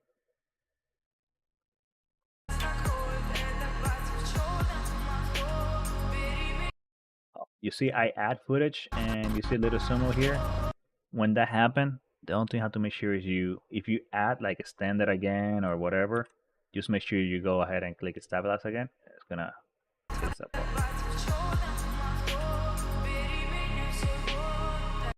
Now you see the warping over here is gonna look like. Again, it's a minimum detail that I like to pay attention, but most of the time nobody does, and when you watch it on the phone or something, it's even less.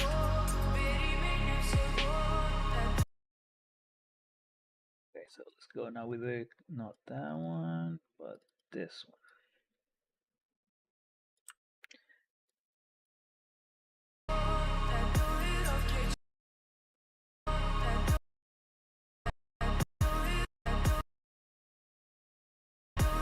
See over here? I like to be precise with the cuts, but I guess that's sometimes you get limited by the frame, so you cannot stop in the right spot. But what if I do it over here?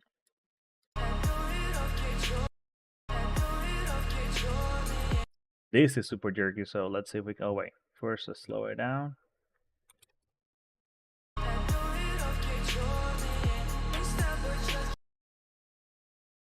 Yeah, it helps a lot.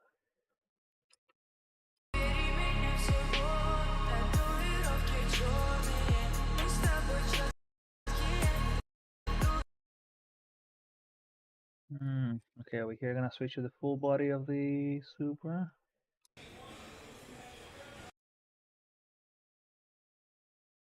And go over here. So something, okay, so I was gonna say something like, what I did over here. The Supra is more to the right side than the left. The left is empty and not used. Something that happens when I focus too much. Let's say I'm centering somewhere around over here, and I forgot about the empty space. To fix that, I got a solution, and let me fix this real quick.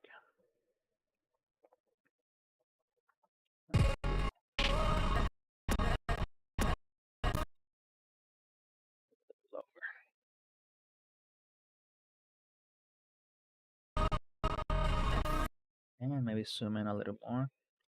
With the zoom in, you have to be careful because depending on the resolution, on 4K you have leverage, but if you're gonna be doing this with 1080, be careful and try to sharp as much as you can in those kind of shutters specifically because it might look, you're gonna lose quality every time you lose quality.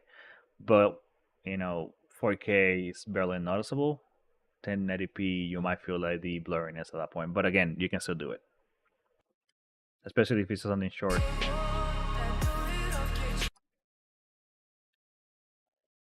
Yeah.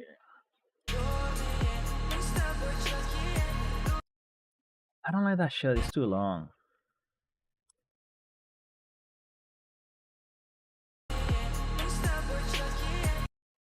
Then it doesn't fit. Go to effects, cross resolve, and see how this looks.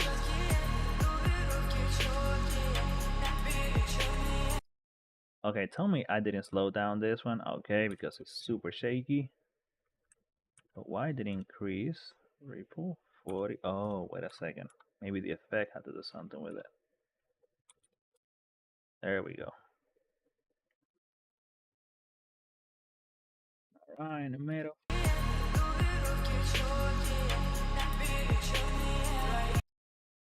All right.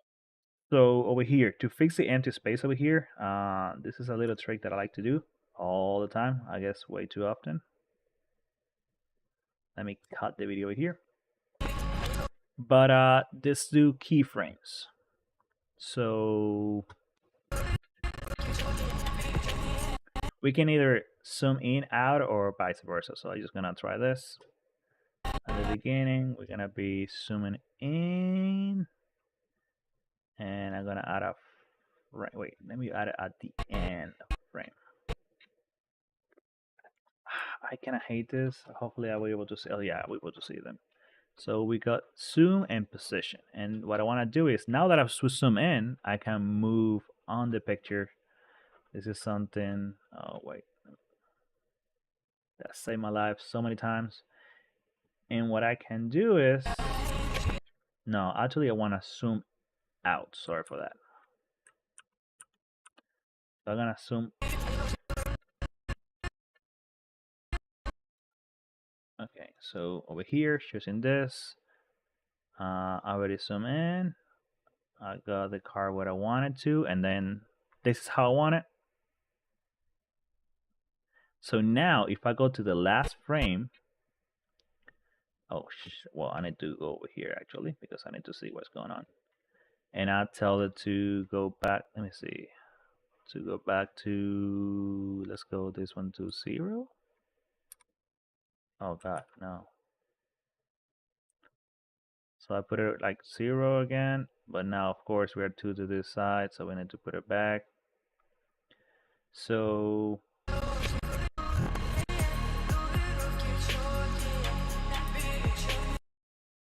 and now I need to keep playing with this. Do I want to do that? Or... No, I think I want to do the opposite. So if I click on the over there, it's gonna show the curves. What we can do is actually move this one over here, move this one. Oh my God, it doesn't let me do that. So let me just start again.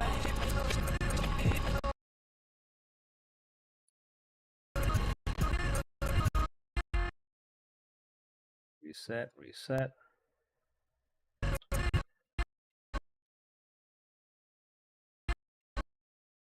Alright, so what if star, star,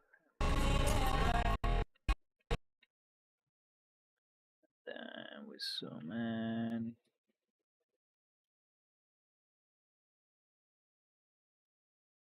Something that we can do to make it a little bit smoother is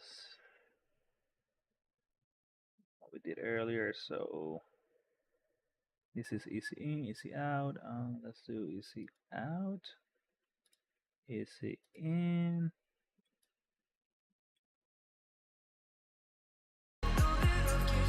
Whoa, what was that? Okay, I don't even know what I'm controlling anymore. Oh, okay, so this is how it works. The zoom. So the zoom is the one I want to control. So easy in, and then over here, easy out. All right, and let me see. Now I also can move this one back over here so it doesn't feel like start moving from the middle.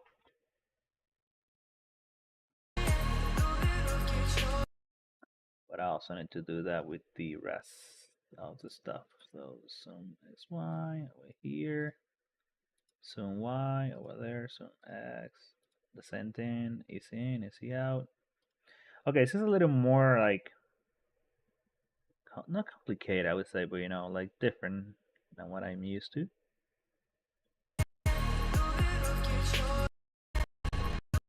Okay, I don't like that. Let's make it a little length. Oh, what's that? Yeah, this is gonna be a little more complicated. I need to be careful when I'm doing this again.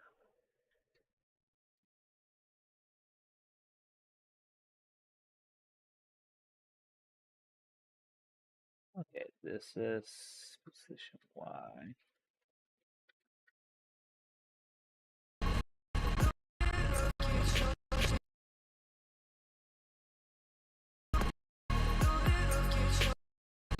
Oh no. Okay, this is kind of a little bit troubleshooting because we are both learning. We're all learning.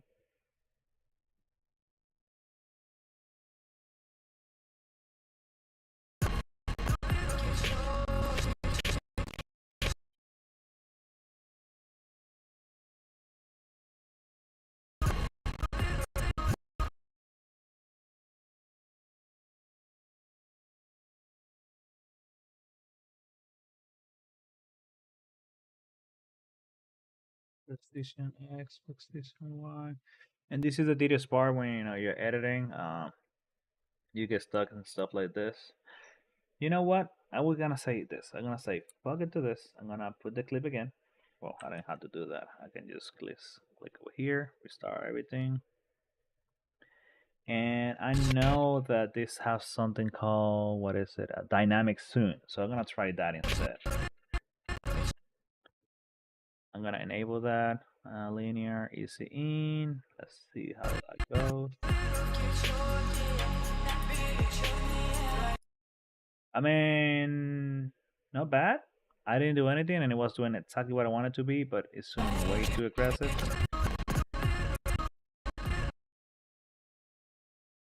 What if we do easy out?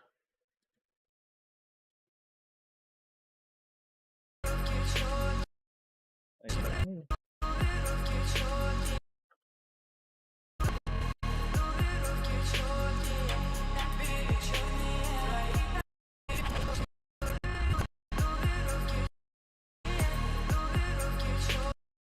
I don't know, it's too much, I think, but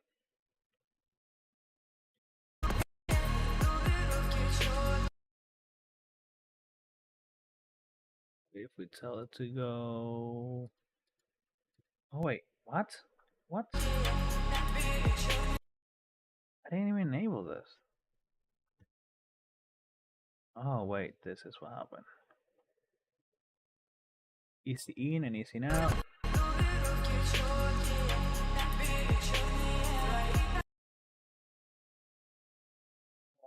What if I wanna go in instead?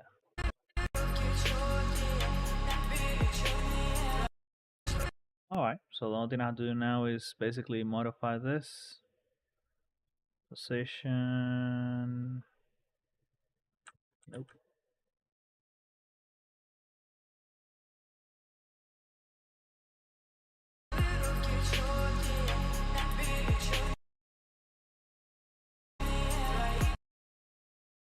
Oh, that's good.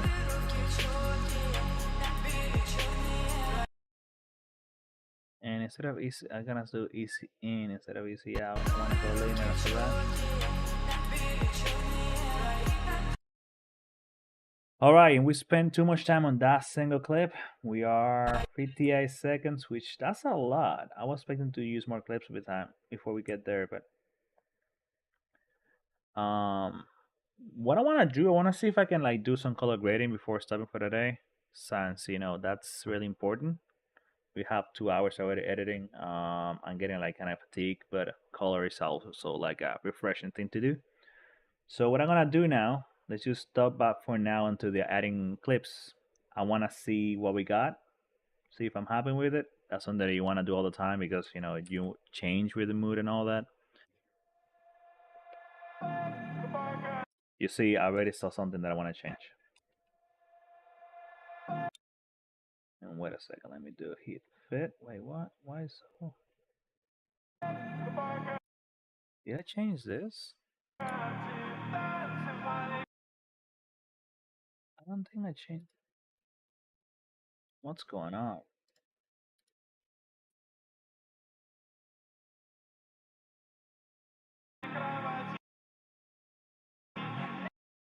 I don't know what's going on. This is gonna.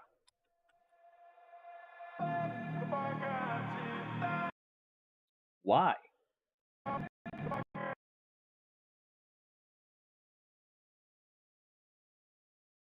Why is cutting the wheel? I don't get it.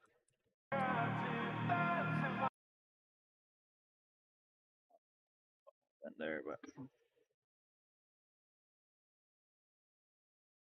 yeah, I'm new to this program, so I don't know what I did. I maybe break something.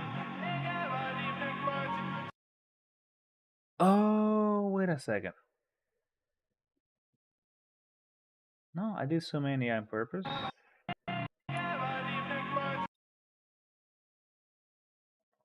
Oh, but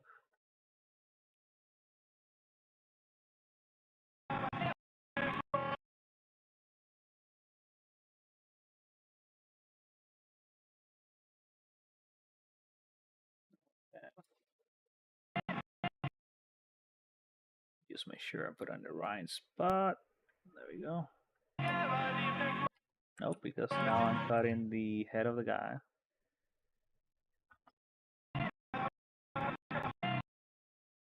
What if I modify this one to go lower and the same?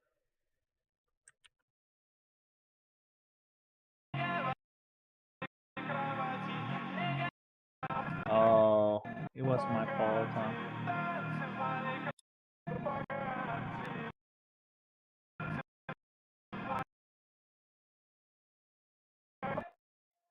Okay, let's just.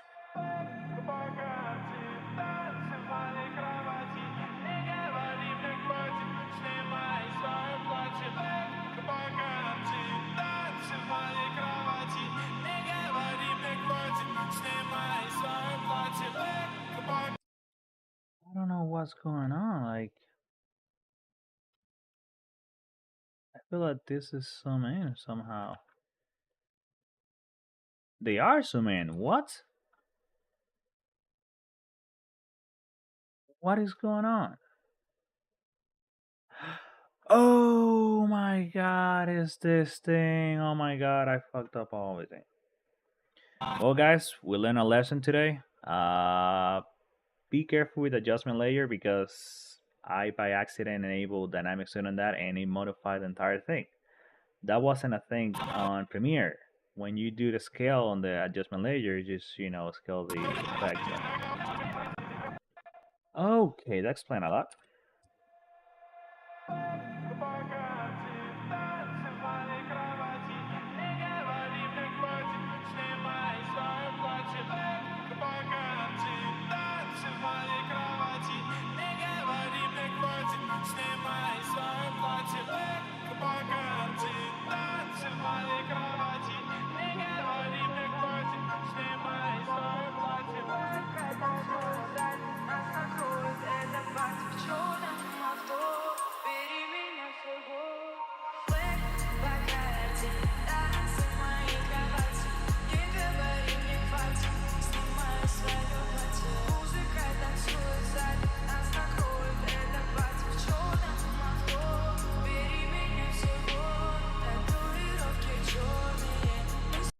So a little jump over there. Let me double check something really quick.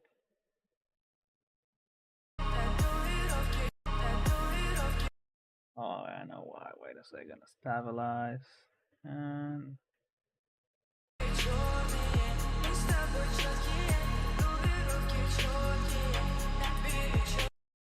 it's still happening. It's going out of the frame over here. I don't know if you guys see that, but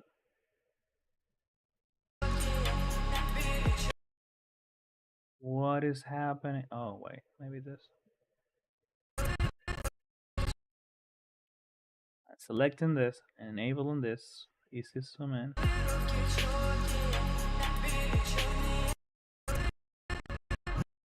And I'm gonna do this real quick. Some position here.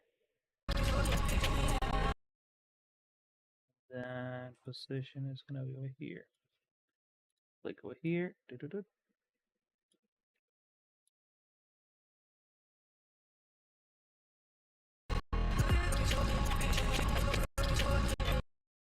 Nope.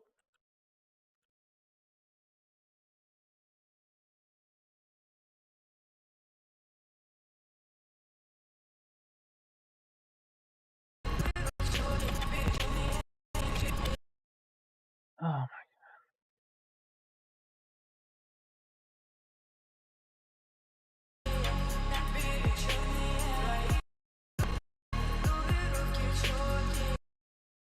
I'm just gonna do this and forget about this.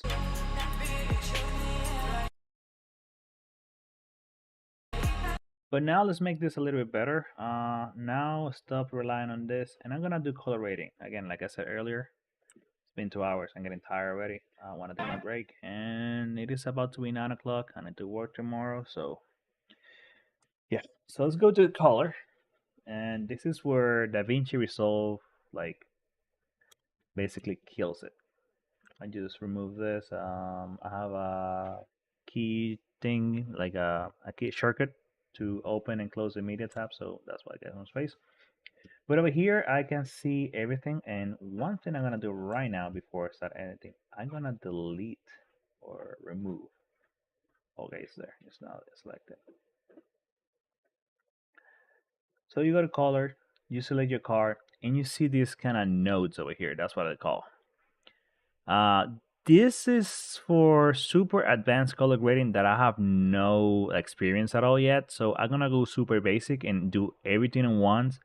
But basically, this is so on one, you will set up your exposure and all that and make sure the color looks okay. And then you're going to open another one. Let's say add node, corrected. I don't know what they mean, but sure. So basically, what you do is you connect this thing over here, or I don't even know how this thing works, to be honest. Like, I don't know. You connect that over there. And then over here, you would just, I don't know, the color grading or something. Like, this is super high, like advanced stuff that I'm not aware yet. I know this is, I did some color editing, but I was using more this tool than anything else. This is where you can go from like, playing with colors to work in Hollywood to make films. I'm pretty sure they use DaVinci Resolve to do some color stuff, but super advanced and all that. I just not gonna go super detailed in it because myself, I'm way far away from this. Send it, try to adjust each one individually. Just gotta send. I mean, yes, I'm gonna do it. So that's what I do in my videos all the time. Like I do it individually. And what I do is I set up one and then copy the results, put on this one, and I modify a little bit. But this thing on the notes is like a different level because it's affect the editing, the colors, and the sharpness of everything. It's just it's a different beast, I would say. So okay, I got my clip, and I'm gonna start playing around with it. So let me go over here. So something that I like to do, I set up this one in case that this doesn't happen to you. So you go click on these three dots in histogram. By default, it's by input. So this is basically the video, but I don't care about that. I want to see more. I can have this one, but I want to see the effect. So I just go over here, histogram, and showing output. Basically, it's gonna give me the what I'm moving exactly. Let me see over here. All right. So again, let's make black to black. Usually for this, I look at the tires and see that they're kind of black, like supposed to be, but not black, like, you lose data. At that point, I don't see the tires anymore. You see a black. You see that all the stuff is going to the black. An easier way to see what you're losing, it is 0 means nothing, no data. 100, well, this is 1,000 something. Over there it's mean, you're losing data. This is the highlight, like basically that flash mean and all that. So you don't want to go all the way in, but you want to get as close as possible. And again, I'm not the best color grading color artist. I don't know. So I get my blacks like it is. And now we go and bring this one up. Again, I don't care about this because this is pretty much the highlights of these high beams over here behind him. But I want to have something that brings some brightness. And sometimes you want to get closer. And this is kind of like a game of see which one fits better without, killing the image. And I would say this is a little challenge because you have super bright shot over here and super, kind of dark area over here. So you want to plan, that to have something in between. Just keep that in mind. And everything's going to be fine. I'm gonna raise the blacks a little more. Alright. I don't know if I'm doing the blacks or shadows. So if you bring it over here, you're gonna bring let's just leave it there for now. Sometimes I like to do this instead. Then over here, let me see. Beep, beep, beep, beep, beep, beep. All right, so let me add the sharpness to the video. For now, I'm gonna do Teddy color again for this color. For this kind of footage, I think 10. The boost was good enough. If I want more, and I want to make sure that white is white and nothing else. I think over here is fine, but we can try by doing this. Click on the little drop, and that's something that is supposed to be white. This might not work. Oh no, it works fine. That's pretty much the color. Something that I like to do, but you have to be careful, is actually modifying the colors, which I usually do over here. But the problem with this is a car show. You're gonna see cars all different colors. I like to do, for example, the green leaves, even though there's most of the show is inside.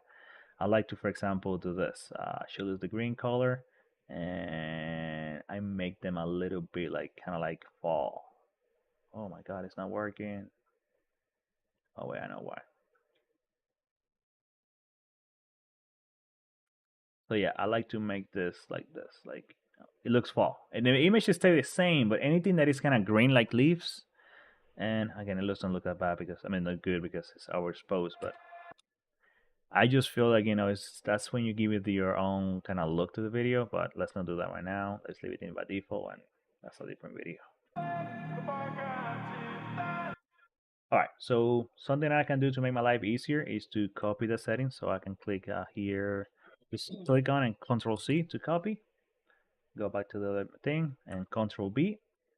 And now you see that the O2, it turns a little color. It's gonna be hard for see in a small screen, but Control B now is kind of color, indicating that it's already color graded.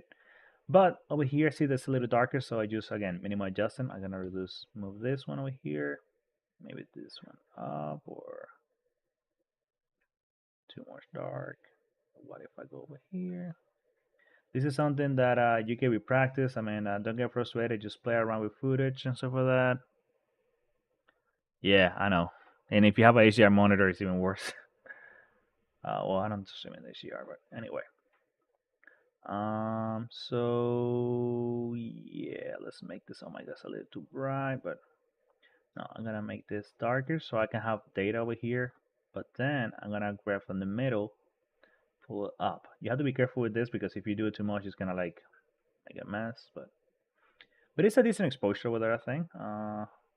Now you see the difference, like on levels. Like if you see that he's from over here, it's all the way in the bottom. Even though the car is kind of darker color, it shouldn't justify the huge amount of different, like the extreme difference. And the problem with this shot is this.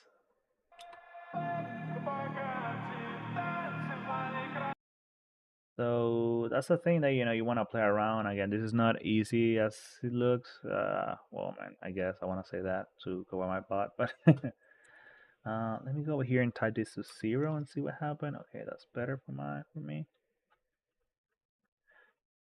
Because that's the thing. That's the difference with video and pictures. On pictures, you're editing one picture and that's it. Like fine. But the problem is we go from this lighting and kind of like warm over here to the carburetor in a darker, warmer environment, and now it's a completely different look. And you need to match the other frame. That's the game we are playing here. Basically, try to match as much as possible. You're never gonna get perfect. You technically can with these notes and stuff like that, but again, that's like there's a person dedicated to this and movies just to do the color grading, and they have years of training. They have color science. They know way more than what I'm doing. I'm a solo man recording car shows, so keep that in mind. Don't get frustrated if you want to deal with that. All right, so over here we're gonna do some modifications because maybe removing this and make everything brighter so it makes it look natural. And I'm also gonna remove the warm over here. Make it warm. Something that I care a lot is about like I don't know if you guys can notice, but like the floor and everything has some kind of like green tint. And if you're playing with photos, you have that green and purple or green and yeah, I think it's purple. You just move it around, and the thing is, you can make it more neutral. So right now I'm on 4, it was on 3 or something. And at least I can see on the rims it's more natural. The white over here is more natural. Technically, like, I can just go here and, hey, just change anything for me. But for some reason, sometimes, depending on the pixel that you click, it might not be accurate. So keep that in mind. So I'm gonna go back over here. I'm gonna do the temperature on 0. Oh my god. I'm gonna turn this. So over here, if you look on this area over here, let me see if I can just zoom in. Yeah. Boy. Oh my god. I don't know how to move on the screen yet. I don't have the little hand tool yet. But anyway, so if you see over here, right now I'm going to the green side. Now I'm going to the purple. We want to get to a balance. Another trick that you can use is a more science-based one, and it's use your scopes. So, I mean, right now I have a nice monitor and I can see like really sharp difference in colors. When I used to, before having this, personally, it was for me like buying another camera because I was able to improve my colors. But if you have a nice monitor, you can still rely on these ones, and these are really good. So what I want to do is try to find the rim over here, which should be some kind of like palette color. So if you see over there, you see the scopes, you're gonna see them moving, the rim moving, right? So that's what we're looking for here. This might be the highlights, but you can use those to merge it together. So what you want to do is basically, this is a highlight over here. This is representing this over here. It's representing here. You want to make that white as possible. So you see the orange is on top and all that. You can modify that and right there. Let me see if I can just make this bigger, move it over here. But pay attention to that area. Let me see if I can make it even bigger because this is important and that helped me a lot when I find out what was that. Again, if you play with pictures, you will understand this way better. But again, green, purple, but you want to make sure this is white, this is pure white, or at least I want to make it pure white, and I want to merge it. And now I know that the light that is coming from the outside is pure white, and the image is going to have a more neutral feeling. It's not natural. That was not that the image was shoot at, but that's the look I want going to on this event. Like I want to make it as neutral as possible, so you don't get distracted with the different lights. This event was a little bit more challenging because you have the sunlight, you got these lights who have like a different freaking color, and then there's some like lights on the bottom with like a more warmer feeling. And when you're doing video, you're gonna realize really quick that you're gonna hate those for the same reason. You can do a nice white balance. On your camera, I set up mine to use daytime static. I will recommend you if you're gonna shoot indoors, try to get a custom white balance. I didn't do that; I was lazy. But if you do a custom white balance, basically you set up like a paper or a grade, what is it called? Like a color grade thingy. I forgot, they sell it on Amazon. And basically you can tell your camera to look at that and get the best white balance possible. You want to be sure that you are in the middle of the lights, so you got the closest to natural colors, and you go from there. Again, I'm talking a lot of stuff like that sounds complicated, but you definitely want to go to tutorials and watch about what I'm talking about: white balance, what it is, how to adjust it, how to do a custom white balance in your camera. Basically, most DSLRs can do that, and if you use your phone, you just tell it to click over there and set up to, you focus on the middle of the tablet thing, the color picker, whatever, and it should adjust to the white balance. I'm sorry, I'm kind of rambling on this, but for me that was super important, and I want to, if anybody's gonna watch this for their own purposes, to learn from it. Okay, let's go back to the color editing and start the boring stuff. Okay, so sharp is fine. Let's do 35 in this one. Color grading over here, temperature 0. Let's move to the other one. So again, I'm gonna copy and Control V. Ooh, over here, they didn't like that. What was different? Let's find out. Maybe if I change this one to 0. Mm. Yeah, so the white balance is different over here. I don't know why, because I didn't change that, but you know what? I'm gonna let it choose now.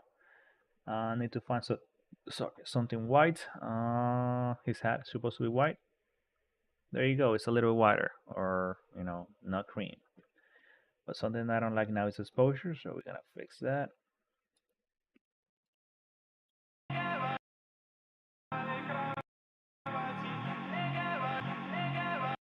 What's going on with the sound as well?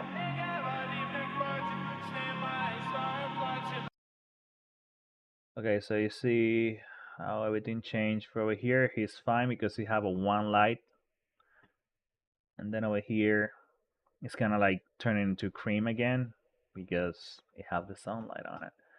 And this is really pretty cool, so I'm gonna move that.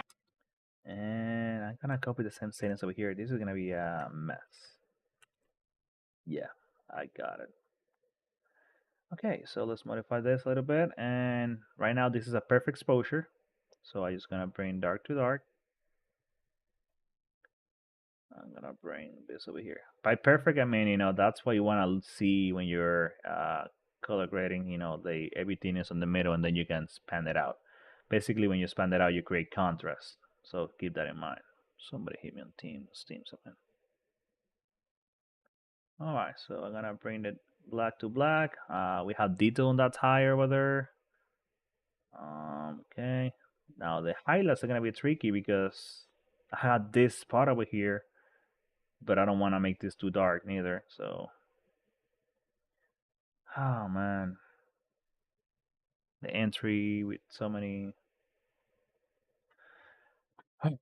And I want to do one more thing over here. I want to make this a little bit warmer. I mean cooler. Oh man, but I'm losing detail over there.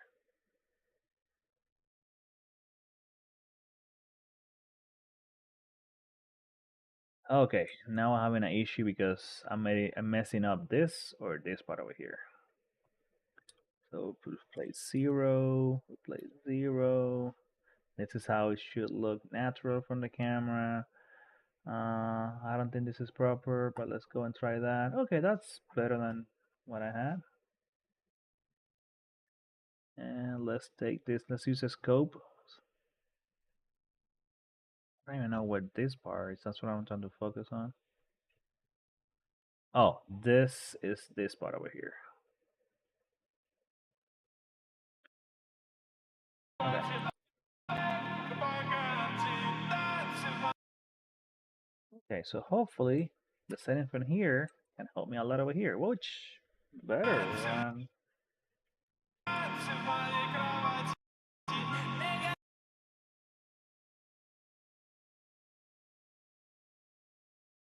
want to make this maybe a little warmer to compensate. Yeah, to make it more realistic. At the same time, I want to make sure that you have the same feeling over here. Just a little bit warmer.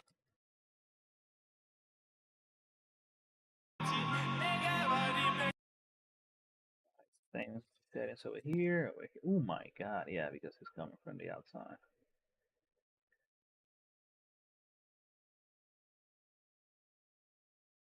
So right now, we just FYI, you're seeing that the curves over here look a little bit different.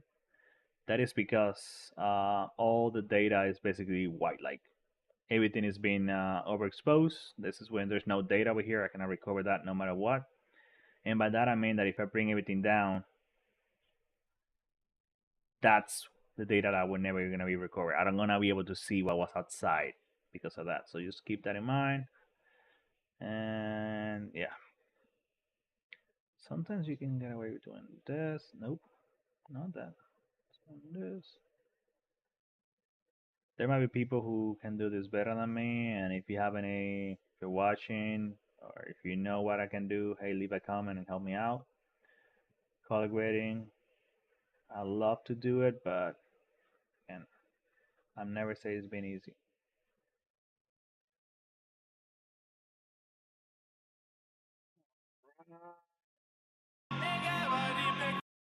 And this one is hard. The interior ones and when I'm outside is way better, but it's a challenge.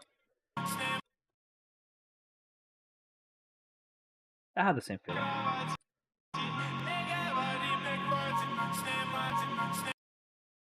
don't know what happened to the sound, but sure. I just copy this to this. Not that much difference.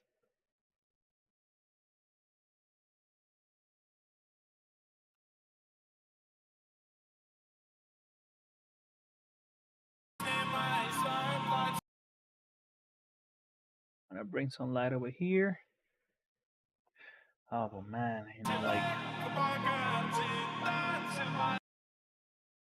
ooh, this is gonna be another one that is difficult. Man, why'd I choose these clips? You see, like, you might be thinking, oh, I like the clip and everything, but the color can be another pain. Oh, God. All right, let's stop complaining. Let's do this. Dark to dark, bright to bright, but now we have way too much.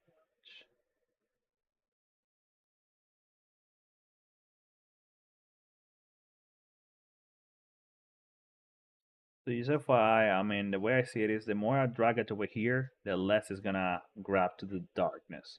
But if I put it in the middle, it's gonna bring everything that was kind of mid level to the darkness. If I go over here, it's just basically what was pure black is gonna make it even blacker, like 100% black or 0. Okay, and now the problem I have over here is this. If I make this warmer, everything's getting warmer. If I make it to blue, now this looks like it's a blue beam behind the car. So how can I fix it? Well, let's use a trick again. I think this shirt is... What? Oh my god, yeah, hell no. What if I do 0 here? That's not... Ctrl C, Ctrl V.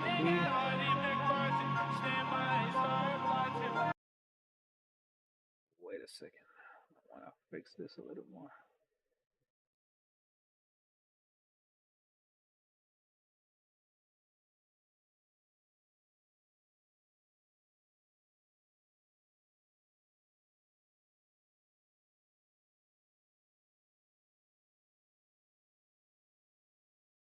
I don't even know what's going on, why the curves are doing this movement, by the way, so...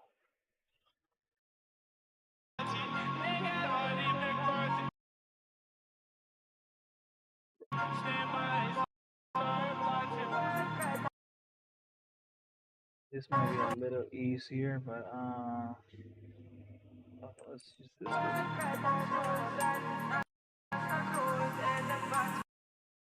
Now, I know for a fact that I was able to recover a bunch of these deeds over here, at least a little bit of it.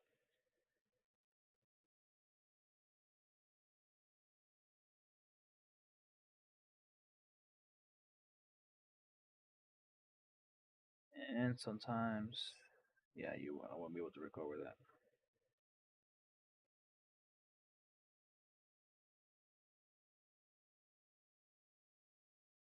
I want to make sure the blacks are black, but I want to still have detail on the motorcycle.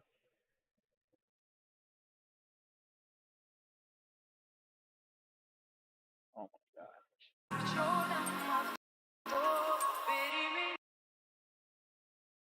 Not liking it. Just gonna say that.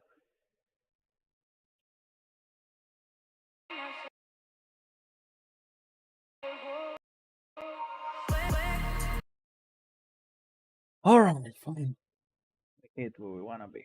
So I don't wanna copy these settings over here because the lighting is completely different.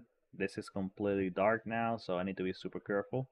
You don't wanna bring too dark because bring the dark to the bright side because then you're gonna have noise. And it's gonna look like, yeah, that's not good enough.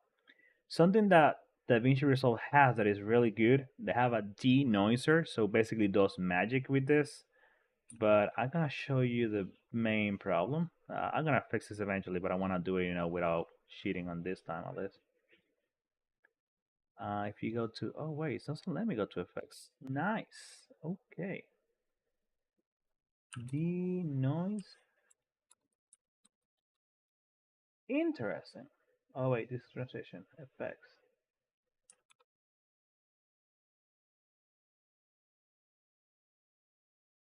Wait, why is it not letting me go to effects? I'm so lost. Well, basically they have a denoiser. Can't wait to see the full video, bro. Gotta be. All right, man. Good night, man, and enjoy, man. You will be able to see this tomorrow, and tomorrow I'm gonna try to do the same. But I think I'm gonna be busy, so maybe it's gonna be Wednesday. See ya, man. Um, let's see. Well, this have a denoiser. I don't know where it's at right now. Why I can't even pull it out. But anyway, I need to figure that out later. Going back to the color tab. Let's work on this.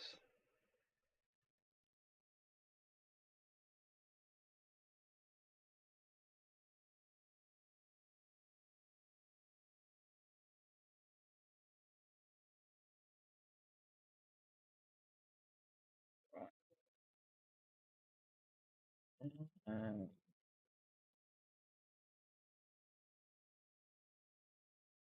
there any white part that I can guide myself?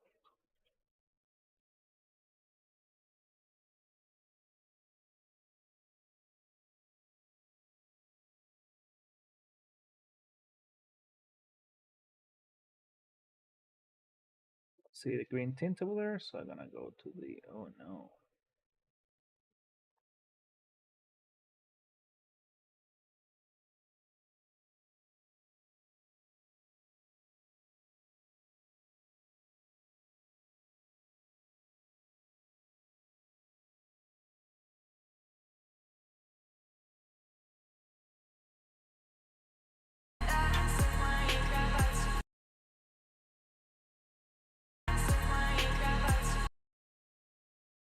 Let's see.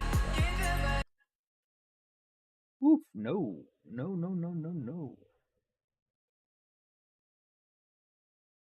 But, okay, so let me do this over here. White. This is supposed to be white.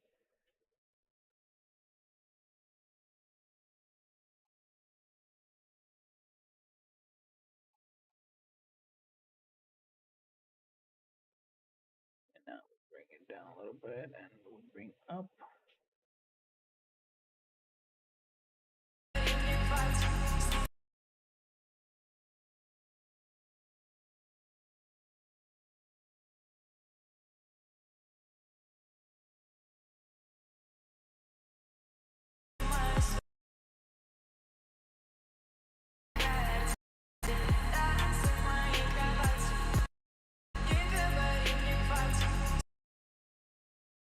Alright, so sharpen over here. Oh, I didn't do sharpen over here neither. Color boost to 10.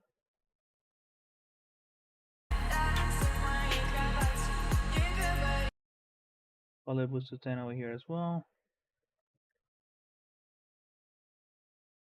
Somebody invited me to Dota. Alright.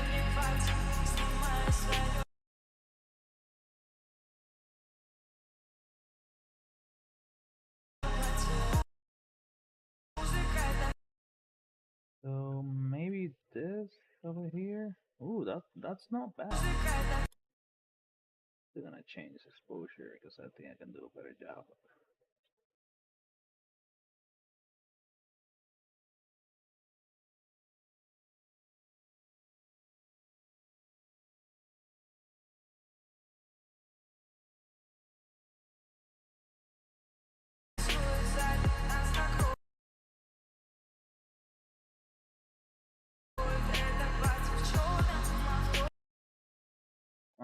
Green as this maybe.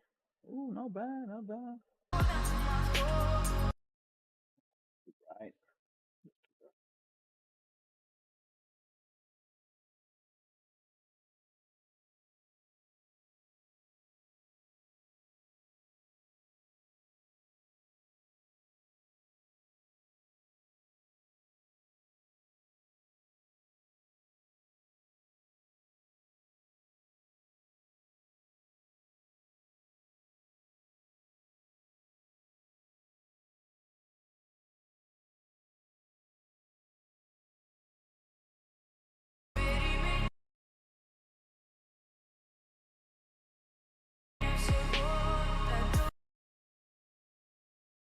Okay, I don't think this is gonna fit, but ooh, not bad. I mean, kind of bad, but not that bad.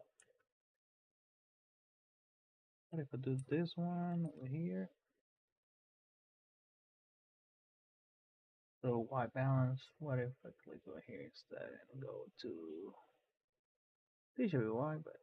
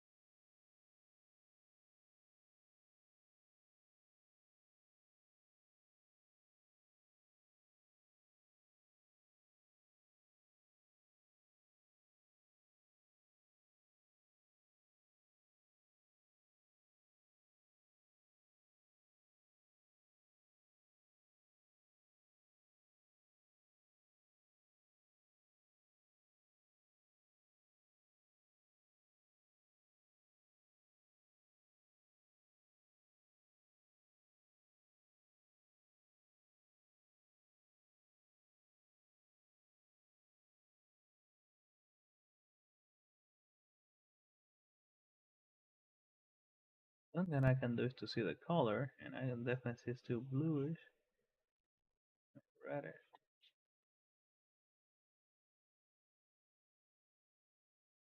What is going on?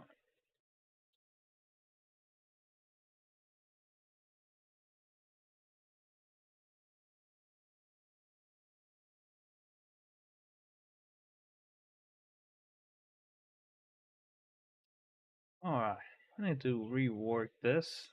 Let's do this for now.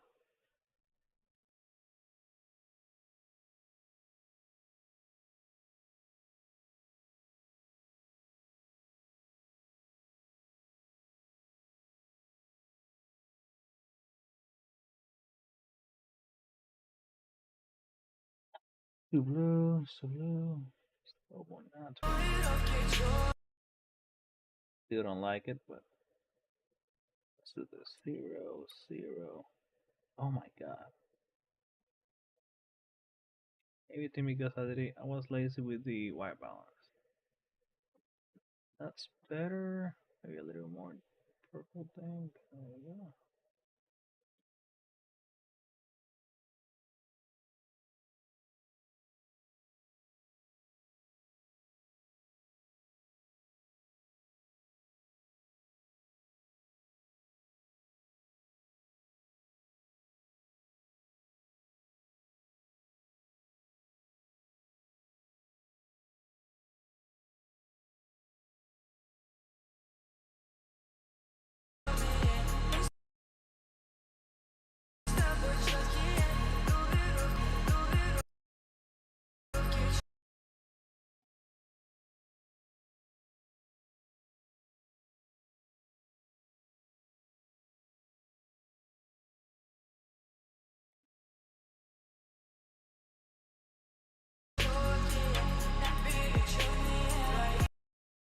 All right, and let's see what we got.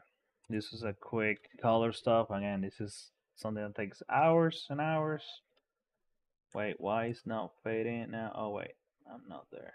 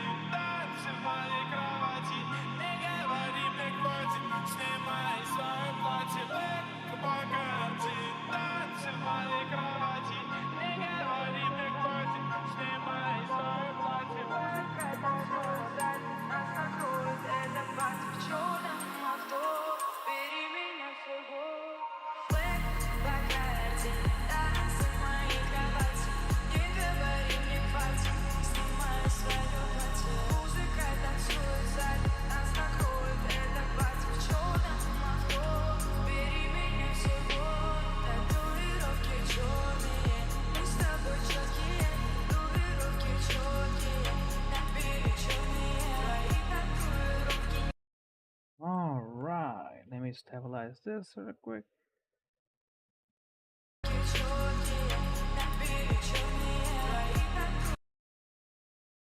And I'm gonna leave it there. 2 hours and 37 minutes for what, 58 seconds of the video. And I'm planning to use music and stuff on top of that. I can't wait. Let me add this over here for the rest. Alright, well, we learned together. We do more. Hopefully, I think I'm gonna do more tomorrow, but I think I'm busy. I'm not remember. If not tomorrow, the day after, around 7 o'clock. Bye.